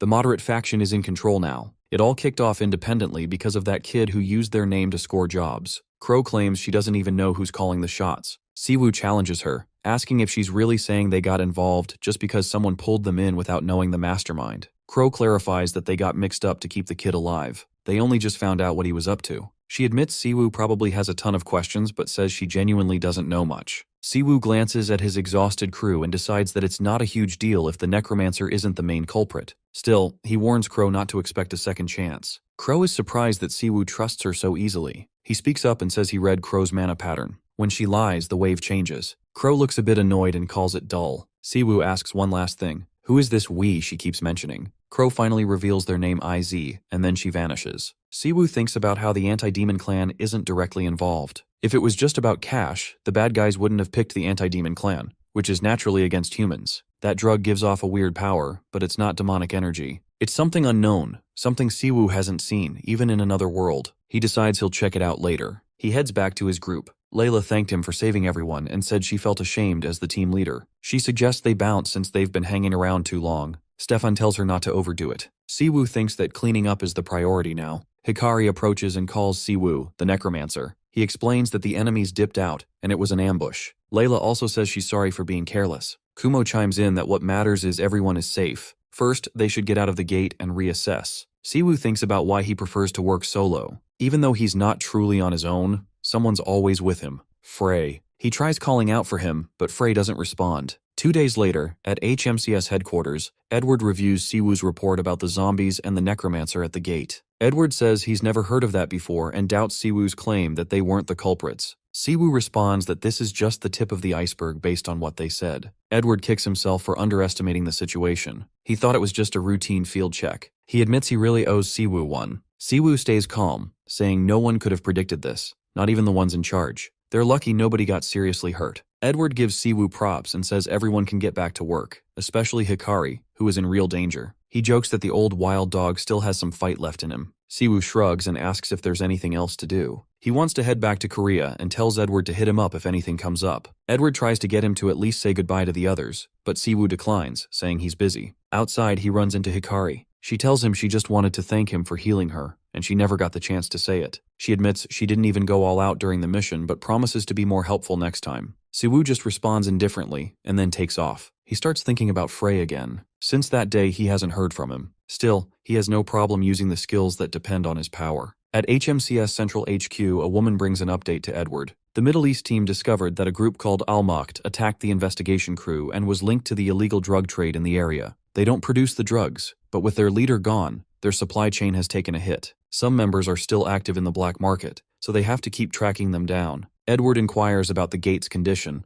and she mentions it's pretty damaged from the fighting. The report highlights its strategic value, and that efforts to close it are already in progress. Edward notes that the situation is complicated. If the former chairman's faction blames them for the damage, it could lead to some issues. That faction has most of Central HQ under their control, especially the key players. Cargill Hwan, a semi-special rank hunter, is eyeing Edward's position and will likely try to meddle in this case, so they must avoid giving him any fuel. Before she wraps up, someone barges into the room without knocking. It's Cargill Hwan, the very person they were just talking about. He greets Edward and casually mentions it's been a while. He brings up the illegal enhancement drug investigation and comments that the results seem pretty underwhelming. Edward asks what he's getting at. Cargill drops a rumor that Edward put a foreign hunter from Asia on the investigation team. According to the gossip, the team returned empty-handed, with damage to show for it. Edward defends himself, saying that the team was attacked at the gate but managed to take down their assailants. Cargill counters that the group they found was small, and there's no information about their distribution network or where the drugs are coming from. He speculates that Edward wouldn't send in an unknown parachute hunter without a solid reason. He insists that the investigation is dragging on too long and suggests making it public, pointing out that going public might just pique the interest of regular folks about the drugs. He asks if Cargill is ready for the fallout. Cargill claims they can manage the situation if they shut down the source quickly. He thinks those in the know probably already have a handle on it. Without going fully public, he wants to hear what the other semi-special rank hunters think. He's curious about where their support would land. Edward looks a bit annoyed and calls Siwoo, mentioning that the investigation might go public, which could create problems in various countries. Siwoo reminds him that time isn't on their side. Edward agrees and expresses his desire to wrap things up himself, though he acknowledges that the case is more complicated than he expected. Meanwhile, Siri is chatting with an old man, asking if they really managed to capture the necromancer. He confirms that he saw it with his own eyes. Edward and Siwoo keep chatting. Edward mentions they're still tracking Pandemonium and IZ, but it's taking a while. Siwoo is cool with it. He hasn't yet expected much progress. Edward brings up the gate. After Siwoo got back, they sent a big team to check it out. Just like Siwoo said, the gate doesn't match what they thought it was. There were tons of corpses out front when they found it, which probably gave it that high rating. Most gates are empty after being raided, but this one only has zombies. Even if some illegal farming went down, necromancers and Almacht members probably cleaned it up. Edward asks Siwoo for his thoughts. Siwoo suggests that kind of gate is like a dimensional gap. It just pops up randomly and doesn't follow any space rules. Using it for drug smuggling would be impossible for even the best shamans. Unless it's not a real gate, maybe it's just a space made to look like one for smuggling. Edward thinks that's a bit of a stretch, but Siwoo says he's just throwing out ideas. Edward compliments Siwoo's instincts and says he'll look into it, asking him to keep helping out since he still has investigative authority. Siwoo nods in agreement. Then Siwoo shows up and asks if he's ready for a 3-on-1 spar. The older guy tells him to chill since he looks worn out, but Siwoo is down. He just wants to stretch a bit. Siri pipes up, pretending her stomach hurts and wanting to sit out. The old dude stops her, saying if one person drops out, it could be life or death for all of them. Siwoo thinks a little warm-up is fine and hopes Frey will wake up soon. In a busy restaurant, a guy with a neck tattoo heads over to a guarded room. He says he's got business inside, and the guard gives him a code. Shadow has no color, he says. The guy replies, only crimson blood resembles them. The guard lets him in. Inside, a man with glasses says it's been a while. The tattooed guy asks if everything's all good. The guy with glasses replies it's fine and asks if the saint showed up. The tattooed guy explains that because the drug crackdown in Korea is getting tighter, they're holding off on traveling for now. After this deal, they're pausing the trade for a bit. The guy with glasses nods and says they've assigned a bodyguard for his trip back. Someone drops in from above and lights the tattooed guy's cigarette. He appreciates the gesture and mentions he doesn't plan on heading back soon since there's a lot to sort out after this deal. With the new stock coming in, things are bound to get messy. He also adds that the police have been super aggressive lately, and he has no clue why. Then someone appears and says the tattooed guy is already there. His name is Jang Chien-A and he's wearing a mask. The tattooed guy greets him, commenting on his punctuality. He turns to Chu, the glasses guy, and asks about the goods. Q apologizes for trusting him with such a big shipment, but their distribution in Korea keeps getting messed up. The Grand Saint insists he go through with it. Jang says that's cool since his job is to make sure everything gets sold. He pulls out a suitcase and asks if they want to check it. He opens it to show what's inside. Illegal goods. The scene shifts to the HMCS Korea branch, where Siwoo is focused on his computer. Two co-workers stroll up to him, and one remarks how the man is really here today. The other chimes in about Hunter Min, explaining he's been sent to HQ for a special mission. That clears up why the deputy director dropped by earlier. They start speculating about whether Siwoo has some connections, or if he slipped in through an insider route. The team leader walks over, asking if Siwoo's seen the latest directive. Siwoo immediately asks if it's about the probe into illegal power-enhancing drugs for Awakeners, and whether there's been any announcement yet. The team leader confirms the HQ trip is tied to this, and the mission is connected as well. Even though it's top secret, they should have at least given a heads up. The branch chief isn't even in the loop, and now it's total chaos across all branches. Siwoo explains that he got strict orders to keep things under wraps, so he just did what he was told. He wonders why everyone's so worked up. The team leader replies that Siwoo is making them look bad. They had to ask regular staff for help since no one knew what was happening. It would be manageable if only the staff were kept in the dark, but the team leaders are aware he's been to HQ too. Just then, someone shouts that the branch chief wants to see them, including Hunter Siwoo. They head over together. The branch chief fills them in that HQ sent out an order for a big international investigation focusing on illegal power-enhancing drugs for Awakeners. The black market is spreading these faster than they anticipated. He mentions that Siwoo confirmed this during his trip, then expresses concern over why HQ is putting so much pressure on the Korea branch and what's really going on. They both think to themselves that they're being targeted. It seems absurd to have such high expectations when Korea is already clean regarding illegal drugs. What more could they want from such a small country? They also realize that they're not being contacted by the deputy director, but someone connected to the former chairman's faction. One of them remarks that getting blacklisted would ruin any chances for a promotion. Siwoo quips sarcastically if he should quit. The chief insists no way. Whatever happens, even if Siwoo gets promoted and sent to HQ, he needs to remember where he came from, the Korea branch. The chief points out that they need to make the Korean branch shine during this investigation. He informs the team leader that his gangbuk team is now the special task force for tackling illegal drugs targeting Awakeners. The team leader looks shocked. The chief warns that if they mess up, the entire Korean branch's reputation will suffer. Other teams will pitch in with investigations, but the gangbuk team will take care of the main targets and key areas. He tells them to see this as an opportunity for promotions. The team leader mentions others will definitely complain. The chief shrugs it off, saying no one cares about that stuff. He tells Siwoo that if HQ asks for more help, he'll approve it instantly. Until then, Siwoo will also handle the domestic investigation. Siwoo gets it. This is their first case as a new task force. The chief instructed them to get started right away and told the other teams to gather all suspicious new cases. Everyone looks pretty worn out. He mentions reports of suspicious activity at a big abandoned warehouse on Manhwa Island. It's long been a hotspot for addicts, but now a bunch of foreigners are showing up. It's turning into a distribution center with people from other towns coming in. Several criminal awakeners are brawling in the area, with plenty of casualties and clashes still going on.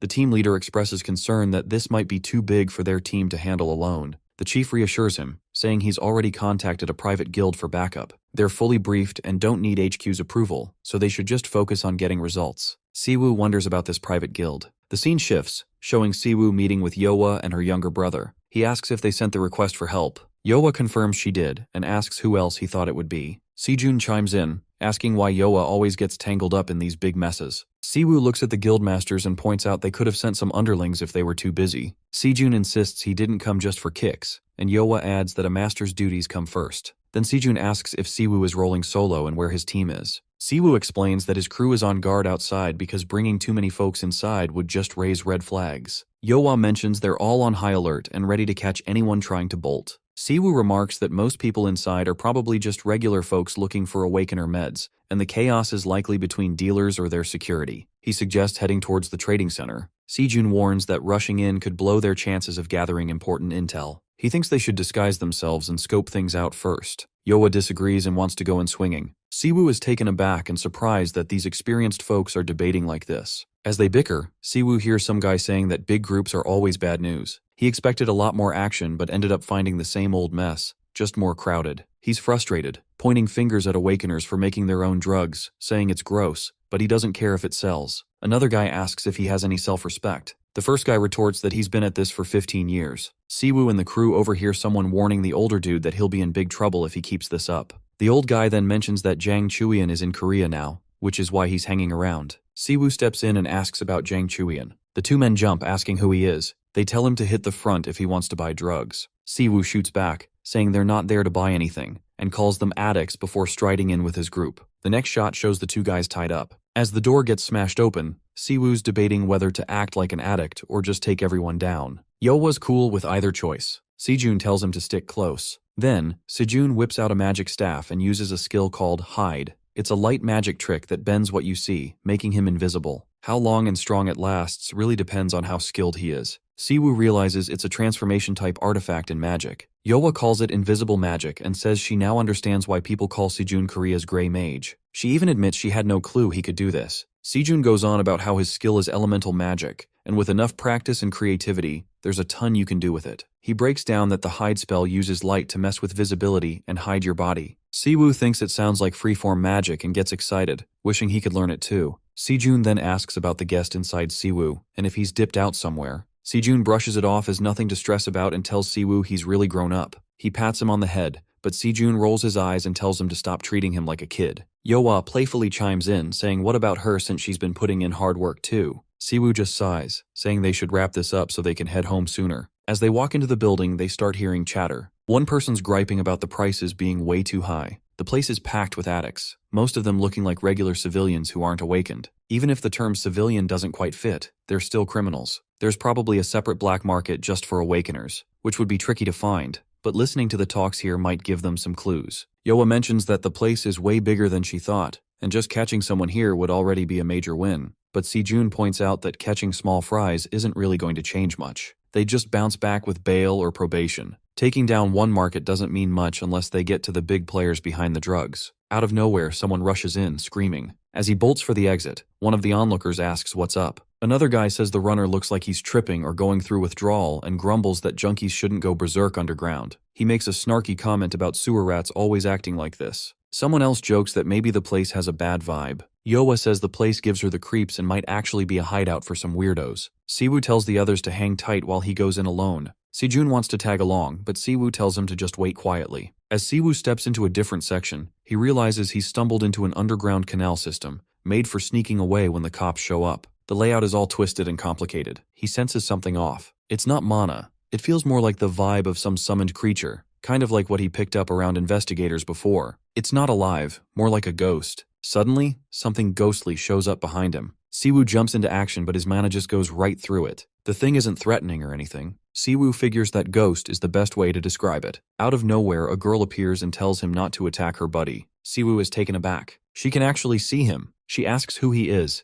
and he throws the question back at her, pointing out that she doesn't belong here. She tells him that this place is her home. Siwoo is confused and asks if the sewers are really her home. The girl shrugs, saying she can live here, so it's home to her. That's just how she rolls. Still puzzled, Siwoo moves on and asks where her parents are and how she's so bruised. She tells him she doesn't have parents. They ditched her ages ago for some stuff. The bruises? She got those trying to slip out through another exit while looking for food. Siwoo points out that what she did was pretty reckless. He wonders how she can live in such a gross, damp place and even be pals with ghosts. As he heals her, she starts feeling better, and says his power feels incredible. Hers is cold, but he is warm. He asks if she's the one making those ghosts. She replies that her ghost friends aren't her creations. They look after her, alerting her to danger and showing her all the escape routes in this twisted maze. Then he asks for her name. She introduces herself as Sion. Siwoo nods and says he wants help from her friends. He needs to find out which exits are linked to the bad guys with those strange powers. Sion happily agrees to pitch in. Meanwhile, a shady dude is dealing drugs in a different spot. The buyer's curious if it's the real deal, and the dealer confidently says it's 100% pure, straight from the source. No mixing. Just one hit, he claims, and even a B-rank hunter will be a piece of cake. The red-haired guy wants to make sure it's legit, so the dealer insists it's limited stock and super hard to get. The redhead asks about any side effects, and the dealer assures him it's clean with nearly no addiction risk, meant to be used just when necessary. He also reminds the buyer not to spread the word, explaining that this deal is going down in a construction site basement for a reason. Suddenly they hear a weird noise. One of them brushes it off, saying it's probably just a rat, while another guy talks about some strange stuff happening lately in the sewer paths. Out of nowhere, the red-haired guy flinches when something brushes against his face and bolts in fear. Siwoo and Sion are standing in front of them. Siwoo clarifies he's not a ghost, but a human. Then, he uses his magic to slam the drug dealers against the wall. He tells Sion to hide for now and promises to call her when it's safe, thanking her for helping him find the place. Siwoo then accuses the dealers of hogging all the good stuff for themselves and teases one of them about not getting up after he threw them. He checks out the drugs, confirming they really have finally arrived in Korea.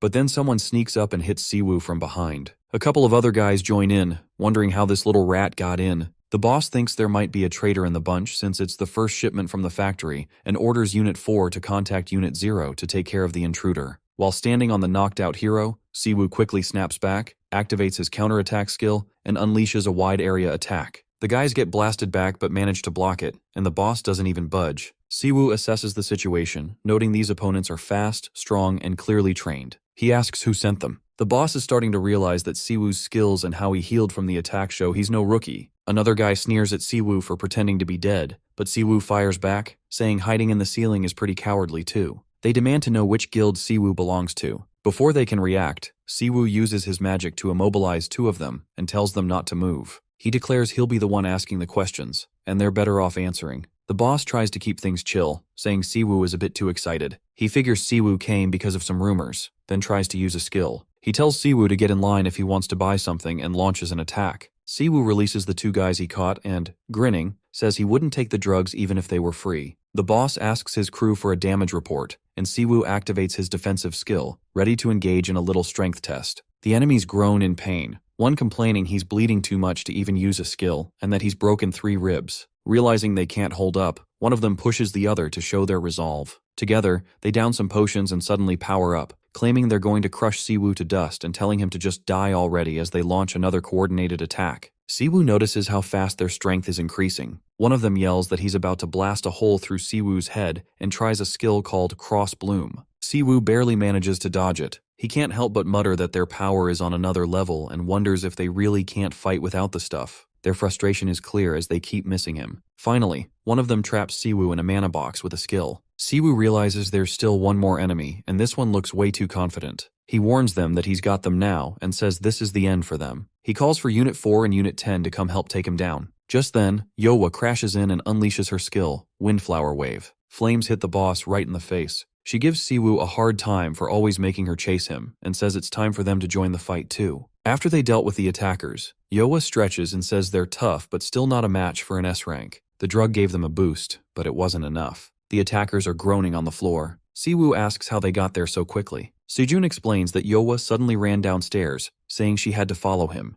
Yowa tries to argue but ends up admitting it wasn't her plan. A little girl led her. She points to Sion at the door, who smiles proudly and says she turned it into a fair 3-on-3 fight instead of a one-sided beatdown. Siwoo walks over and thanks her for the help. Watching them, Yowa asks who the girl is. Siwoo says it's complicated but promises to fill her in later. Sejun chimes in, saying a kid shouldn't be living in a place like this. As he looks around and spots the illegal drug, he mentions it's finally made its way to Korea. He'd heard about it, but this is the first time he's seen someone actually using it. At least the guy didn't blow up right away. Yohwa thinks the user must have gotten a burst of strength by gradually increasing the dose, but the side effects probably messed up his body and led to death. Siwoo then asks if they've heard of the zombie slayers. Sejun shakes his head, guessing the attackers were just hired muscle for the exchange. Siwoo disagrees, saying they were too strong for that. Solid A-rank hunters used to kill. He figures they were sent from the source of the illegal drugs, maybe a group like Bestia that does assassinations. Sejun notes that if it's Bestia, then they might be linked to the guy Minjun mentioned, and Pandemonium too. He thinks that guy could suspect demons are involved as well. Siwoo agrees but treats it as just a hunch. With Pandemonium and artificial gates, it feels like this is all some kind of human-made power. He wonders if someone from the underworld is teaming up with demons and causing all this. While clearing the bodies, Yohwa points out it's weird how the Mad Dog has vanished from public view over the last decade. He was still one of Korea's top players. She adds that if any of this checks out, things could really escalate and spark another war between humans and demons. Siwoo agrees and mentions that these guys had markers on each other, so there might be at least 10 of them. While checking the bodies, he realizes 2 of the attackers are still alive, so they'll be taken to prison for questioning. Just then, Cyan feels something off and warns the others that a serious threat is coming their way. She darts off towards it while Sejun and Yohwa tense up. Out of nowhere, a huge explosion goes off, and Siwoo quickly yanks Cyan back to safety. The intruder turns out to be Q. He spots the fallen guards and starts scolding them, saying if they're going to do a job, they need to finish it properly. He warns that those who leave a mess don't stick around for long. Pressing his fingers together, he's ready to show them what he didn't get back in the day. He's got a whole team behind him, gearing up for a fight. Siwoo's crew takes their positions. He eyes the enemies and wonders if they're the last of the numbered ones. He's curious if they come in even in odd groups. Sejun activates his stealth skill and notices that Mana feels different. These guys are at least A rank, way stronger than before. A hero steps forward, calling them drug dealers, and asks if Chu is the boss. Q freezes, feeling the pressure, and wonders if these are the heads of the Azure Blossom Guild. He's unsure how much they know. He doesn't recognize the one in the middle, but the other 2 are definitely S rank. He decides it's time to take them out. He signals to his team that he figures there's no need to chat. As they grab the drugs, Chu announces he'll finish them off right here, and they all charge at Siwoo's group. Sejun tells the others to let him handle the enemies while Yohwa covers them with her bow. The fight breaks out, with Siwoo going after Chu and the others tackling the rest of the guild. As they clash, Siwoo notices Chu's martial arts look familiar, but kind of sloppy, making him wonder if Chu's teacher is just a fraud. Chu gets furious and unleashes a surge of power. He roars at Siwoo, sending him flying with a powerful spell. Yohwa, completely taken by surprise, shoots an arrow that hits Chu. He's caught off guard but manages to use magic to send it back her way, hitting her hard. An enemy tries to sneak up on Yohwa, but Sejun jumps in and takes down 2 attackers with his magic, telling her to deal with the smaller threats first. As Siwoo gets back on his feet, Sejun urges him to stay strong and hold his ground. Siwoo starts to realize Chu is using some weird technique against him. Instead of getting frustrated, he remembers the crazy rush of fighting with his team. Messy, wild, perfectly chaotic. He tells the others to take a breather for a bit, saying it will take him about 10 minutes to finish things up. While talking, he begins gathering a massive amount of magical energy. The battle heats up as Siwoo and Chu go at it. Blow after blow, Siwoo begins to overpower him, landing a solid hit to Chu's face that leaves him bruised. Siwoo notices Q's been relying on big attacks from the start. He asks if that heavy right-handed punch is part of his main skills. Q tries that same mana-infused punch again, but this time Siwoo is ready. He's figured out that Chu absorbs the enemy's energy and reflects it back, so he sets up a perfect counter. As their attacks are about to clash, Chu suddenly realizes he's made a mistake. Siwoo grins after the hit and tells Chu that his friend won't be using that technique anymore. Chu jumped back, shocked that someone he thought was just a kid had reached the level of Asura. Our hero charged forward, filled with magical energy. He explained that it was no mystery, as he had created the technique. With a strong strike, he sent Chu tumbling. As Chu tried to recover, the hero attacked again with a charged hand, but Chu barely managed to dodge. The hero continued, saying that those who relied only on awakening skills could never understand mana. He explained that mana controlled the chi center and could take many forms. Asura was just one of those forms, but he hadn't expected it to evolve into a full clan. Q realized he was losing and needed time to escape. He saw a companion slammed into a wall and told them to take the lead to buy time, but the hero was already behind him and closed in quickly. Q got caught and was thrown into a narrow corner, hitting the wall hard. A vial fell from his hand as he landed. The hero approached and said Chu had a chance to cooperate and even received answers. Since he stayed silent, it was now the hero's turn to ask. He grabbed Chu's face and asked if he had ever listened, Q trembled. The hero questioned why he was resisting when his own men took the drug without hesitation. Wasn't this the product Chu was proud of? He insisted that Chu must know what it really was and refused to take it. If Chu wanted to live, he had to reveal who made it and spread it. Q used that moment to drink the vial. He declared that nothing they did mattered anymore. In a world run by awakened skills, only the strong survive. To grow stronger, people must take anything, whether it's medicine or poison. Shady deals didn't matter because drugs like this would keep appearing. The hero remained silent as Chu yelled that the weak were meant to be consumed and that shining for even a moment was a blessing. The hero grabbed Chu by the neck and slammed him down, asking what kind of nonsense he was saying. Even if his logic made sense, he was still weaker. He let go, and Chu coughed blood and collapsed, exhausted. The hero warned him to speak before the drug took control. Who made and spread the illegal enhancement drugs? The scene shifted to Sejun, who asked his sister if it was normal for their brother to have changed so much in 10 years. She agreed, saying he was now stronger and more ruthless. Sejun thought that 10 years here felt like 100 in their other world. Living that long in a place where nobody knew him must have changed him. But Sejun felt it was more than that. It seemed their brother had lost something that made him feel less human. Still, he believed he would find it again someday. The hero had been listening quietly. He asked what Sejun thought he had lost. Sejun brushed it off and asked if the hero had found anything useful. The hero replied that he hadn't learned much. The drug had been released across regions at once, and the main hub in Asia seemed to be in China. If Q had shared more, he likely would have exploded due to a mana oath or a similar contract. Sejun suggested they return because Mr. Jonggu might have found more information outside. On the way back, he asked what to do about the child. His sister said to look for her parents, and if they couldn't find them, to find someone to take care of her. The hero thought about the bigger issue.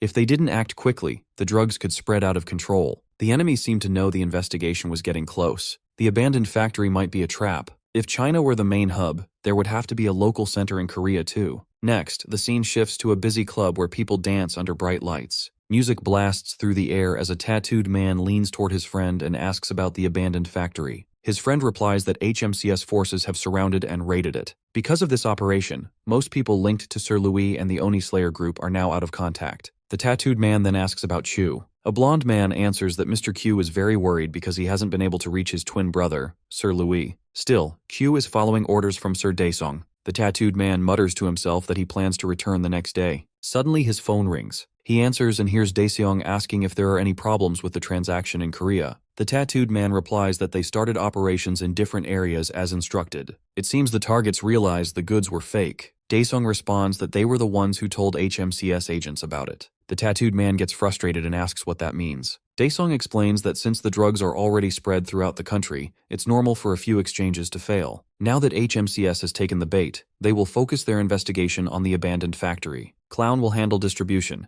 so he should keep sending out the product, even if it's risky. The tattooed man warns that acting so openly will get them caught. He mentions that Louis at the factory and the Oni Slayers are still missing. Daesung tells him not to worry. Everyone involved signed strict confidentiality contracts. Even if they get caught, they cannot reveal anything. He adds that the useful hunters in Korea all died 10 years ago. Daesung gives one last order. Just protect a place called Despair. That is all he needs to do. At the HMCS branch office, Young reported that many distributors and users were arrested at an abandoned factory and destroyed the entire sales site. Normally, this would be a big win, but the operation resulted in all those involved in the drug trade being killed since the users were too far gone to save. They recovered a significant amount of the original drug and confirmed that the distribution network started in China, which was a major discovery. The branch chief said the information was weak and asked if that was really everything they had. Young responded, asking what else they could do and if they should complain to the Empire or the guild master who assisted them. The chief then asked about the other teams. Young told him they were still searching but had no real leads. A blue-haired agent mentioned that the culprits were hiding. Another agent said the southern team found one user but faced heavy resistance and had to retreat. The chief became angry and questioned whether they could even do their jobs. Jung quietly remarked that they weren't sure the drug was spreading since they were overwhelmed with daily awakener crimes. The branch chief's anger grew. He said they acted as if HQ had made everything up and reminded them that the situation in Japan was already chaotic. He emphasized that all eyes were on Korea now. Even if they got the drug, they couldn't analyze it and had to send it to HQ. He questioned if they planned to accuse China with no proof, and if he was supposed to show up at the international meeting with nothing to report. The team complained that he always blamed HQ and just wanted a promotion. They said chasing the big shot rookie had made their situation worse. The chief snapped and asked where Hunter Min was. They replied that he had taken the day off to handle some matters. The scene shifted to the hero. Yohwa asked him if he liked something. He said he did, but wondered if it was okay to accept it. She assured him it was since he had raised them, and it was the least they could do. Sejun mentioned it made sense for him to have his own place now with so many people living together. He recalled how the hero and others used to sleep at the office, and how even Hunter Chu visited often. He also reminded him that he had taken the kid in. The hero, holding Cyan's hand, said he had looked for a place, but it would be hard for her to fit in since she was a natural awakener. Yoa patted Cyan's head and noted that such talent was rare without going through the tutorial tower. She told Cyan to listen to the hero and promised to visit every day. Cyan smiled and said the pretty head lady was nice. Sejun said he would come every day. Even though he moved in with his sister, he spent so much time here that it felt like a second home. Yoa laughed and invited Cyan to come inside and look around with his big sister. The hero looked at them, half laughing, and asked if this was their plan from the start. He smiled and said this would be their new hideout. He remembered the joy and laughter when they first moved in and got the biggest room. Fishin had promised he didn't just choose a random house as an excuse because of the war. The hero agreed, saying he figured that out since he could never afford a place like this. Daesung complained about why they had to live together when their only goal was to fight demons. The hero put his hand on Daesung's head and said if he wanted to protect him, he needed him close. That was his rule, protect what you can reach. He laughed and told Daesung to stop whining and come inside. The Red Cloak replied that they weren't kids anymore. The hero thought back to the 100 years he spent in another world, holding on to a brief memory that felt like a marriage. In the end, he couldn't protect everything. But now, back in reality, he told himself things had to be different this time. Cyan called out, saying he was walking too slowly. The hero smiled, still lost in thought, thinking about how surprised Frey would be when he woke up. Later that night, while Cyan slept, the hero called Jung. He asked if the private lab had found anything. Jung said the connection was still unclear. The drugs showed a new type of mana, but calling it demonic energy was just a guess. Even if it was demonic, it might not exist on Earth anymore. It could still be in places like Huchenrak, and HQ agreed. Jung added that issues related to demons were too sensitive, and no country wanted conflict over rumors. The hero quietly cursed. After 10 years of demons building trust, everything was falling apart. He suspected that the strange drug pattern might be linked to the anti-demon faction. It pointed to demonic energy, but there were no solid leads or traces of demonium. The investigation was stuck. He took out a book and wondered if Minjun had studied demonic energy. He searched on his laptop and found a private blog post. The heavy security annoyed him. He noticed the word "easies" in the HTML code and thought it was a strange coincidence. Cyan suddenly stirred and asked what he was doing. He asked if she was awake. She said the ghosts always told her everything, even when he whispered. He sighed and said it was just a short call, joking that the ghosts invaded his privacy. She replied it was the same in the sewers. Then she said she had heard what the scary men said before he arrived. He asked what she had heard. After a short pause, she said Zhang Qian had entered the country. The goods had landed in the Narak and were now spreading across the nation.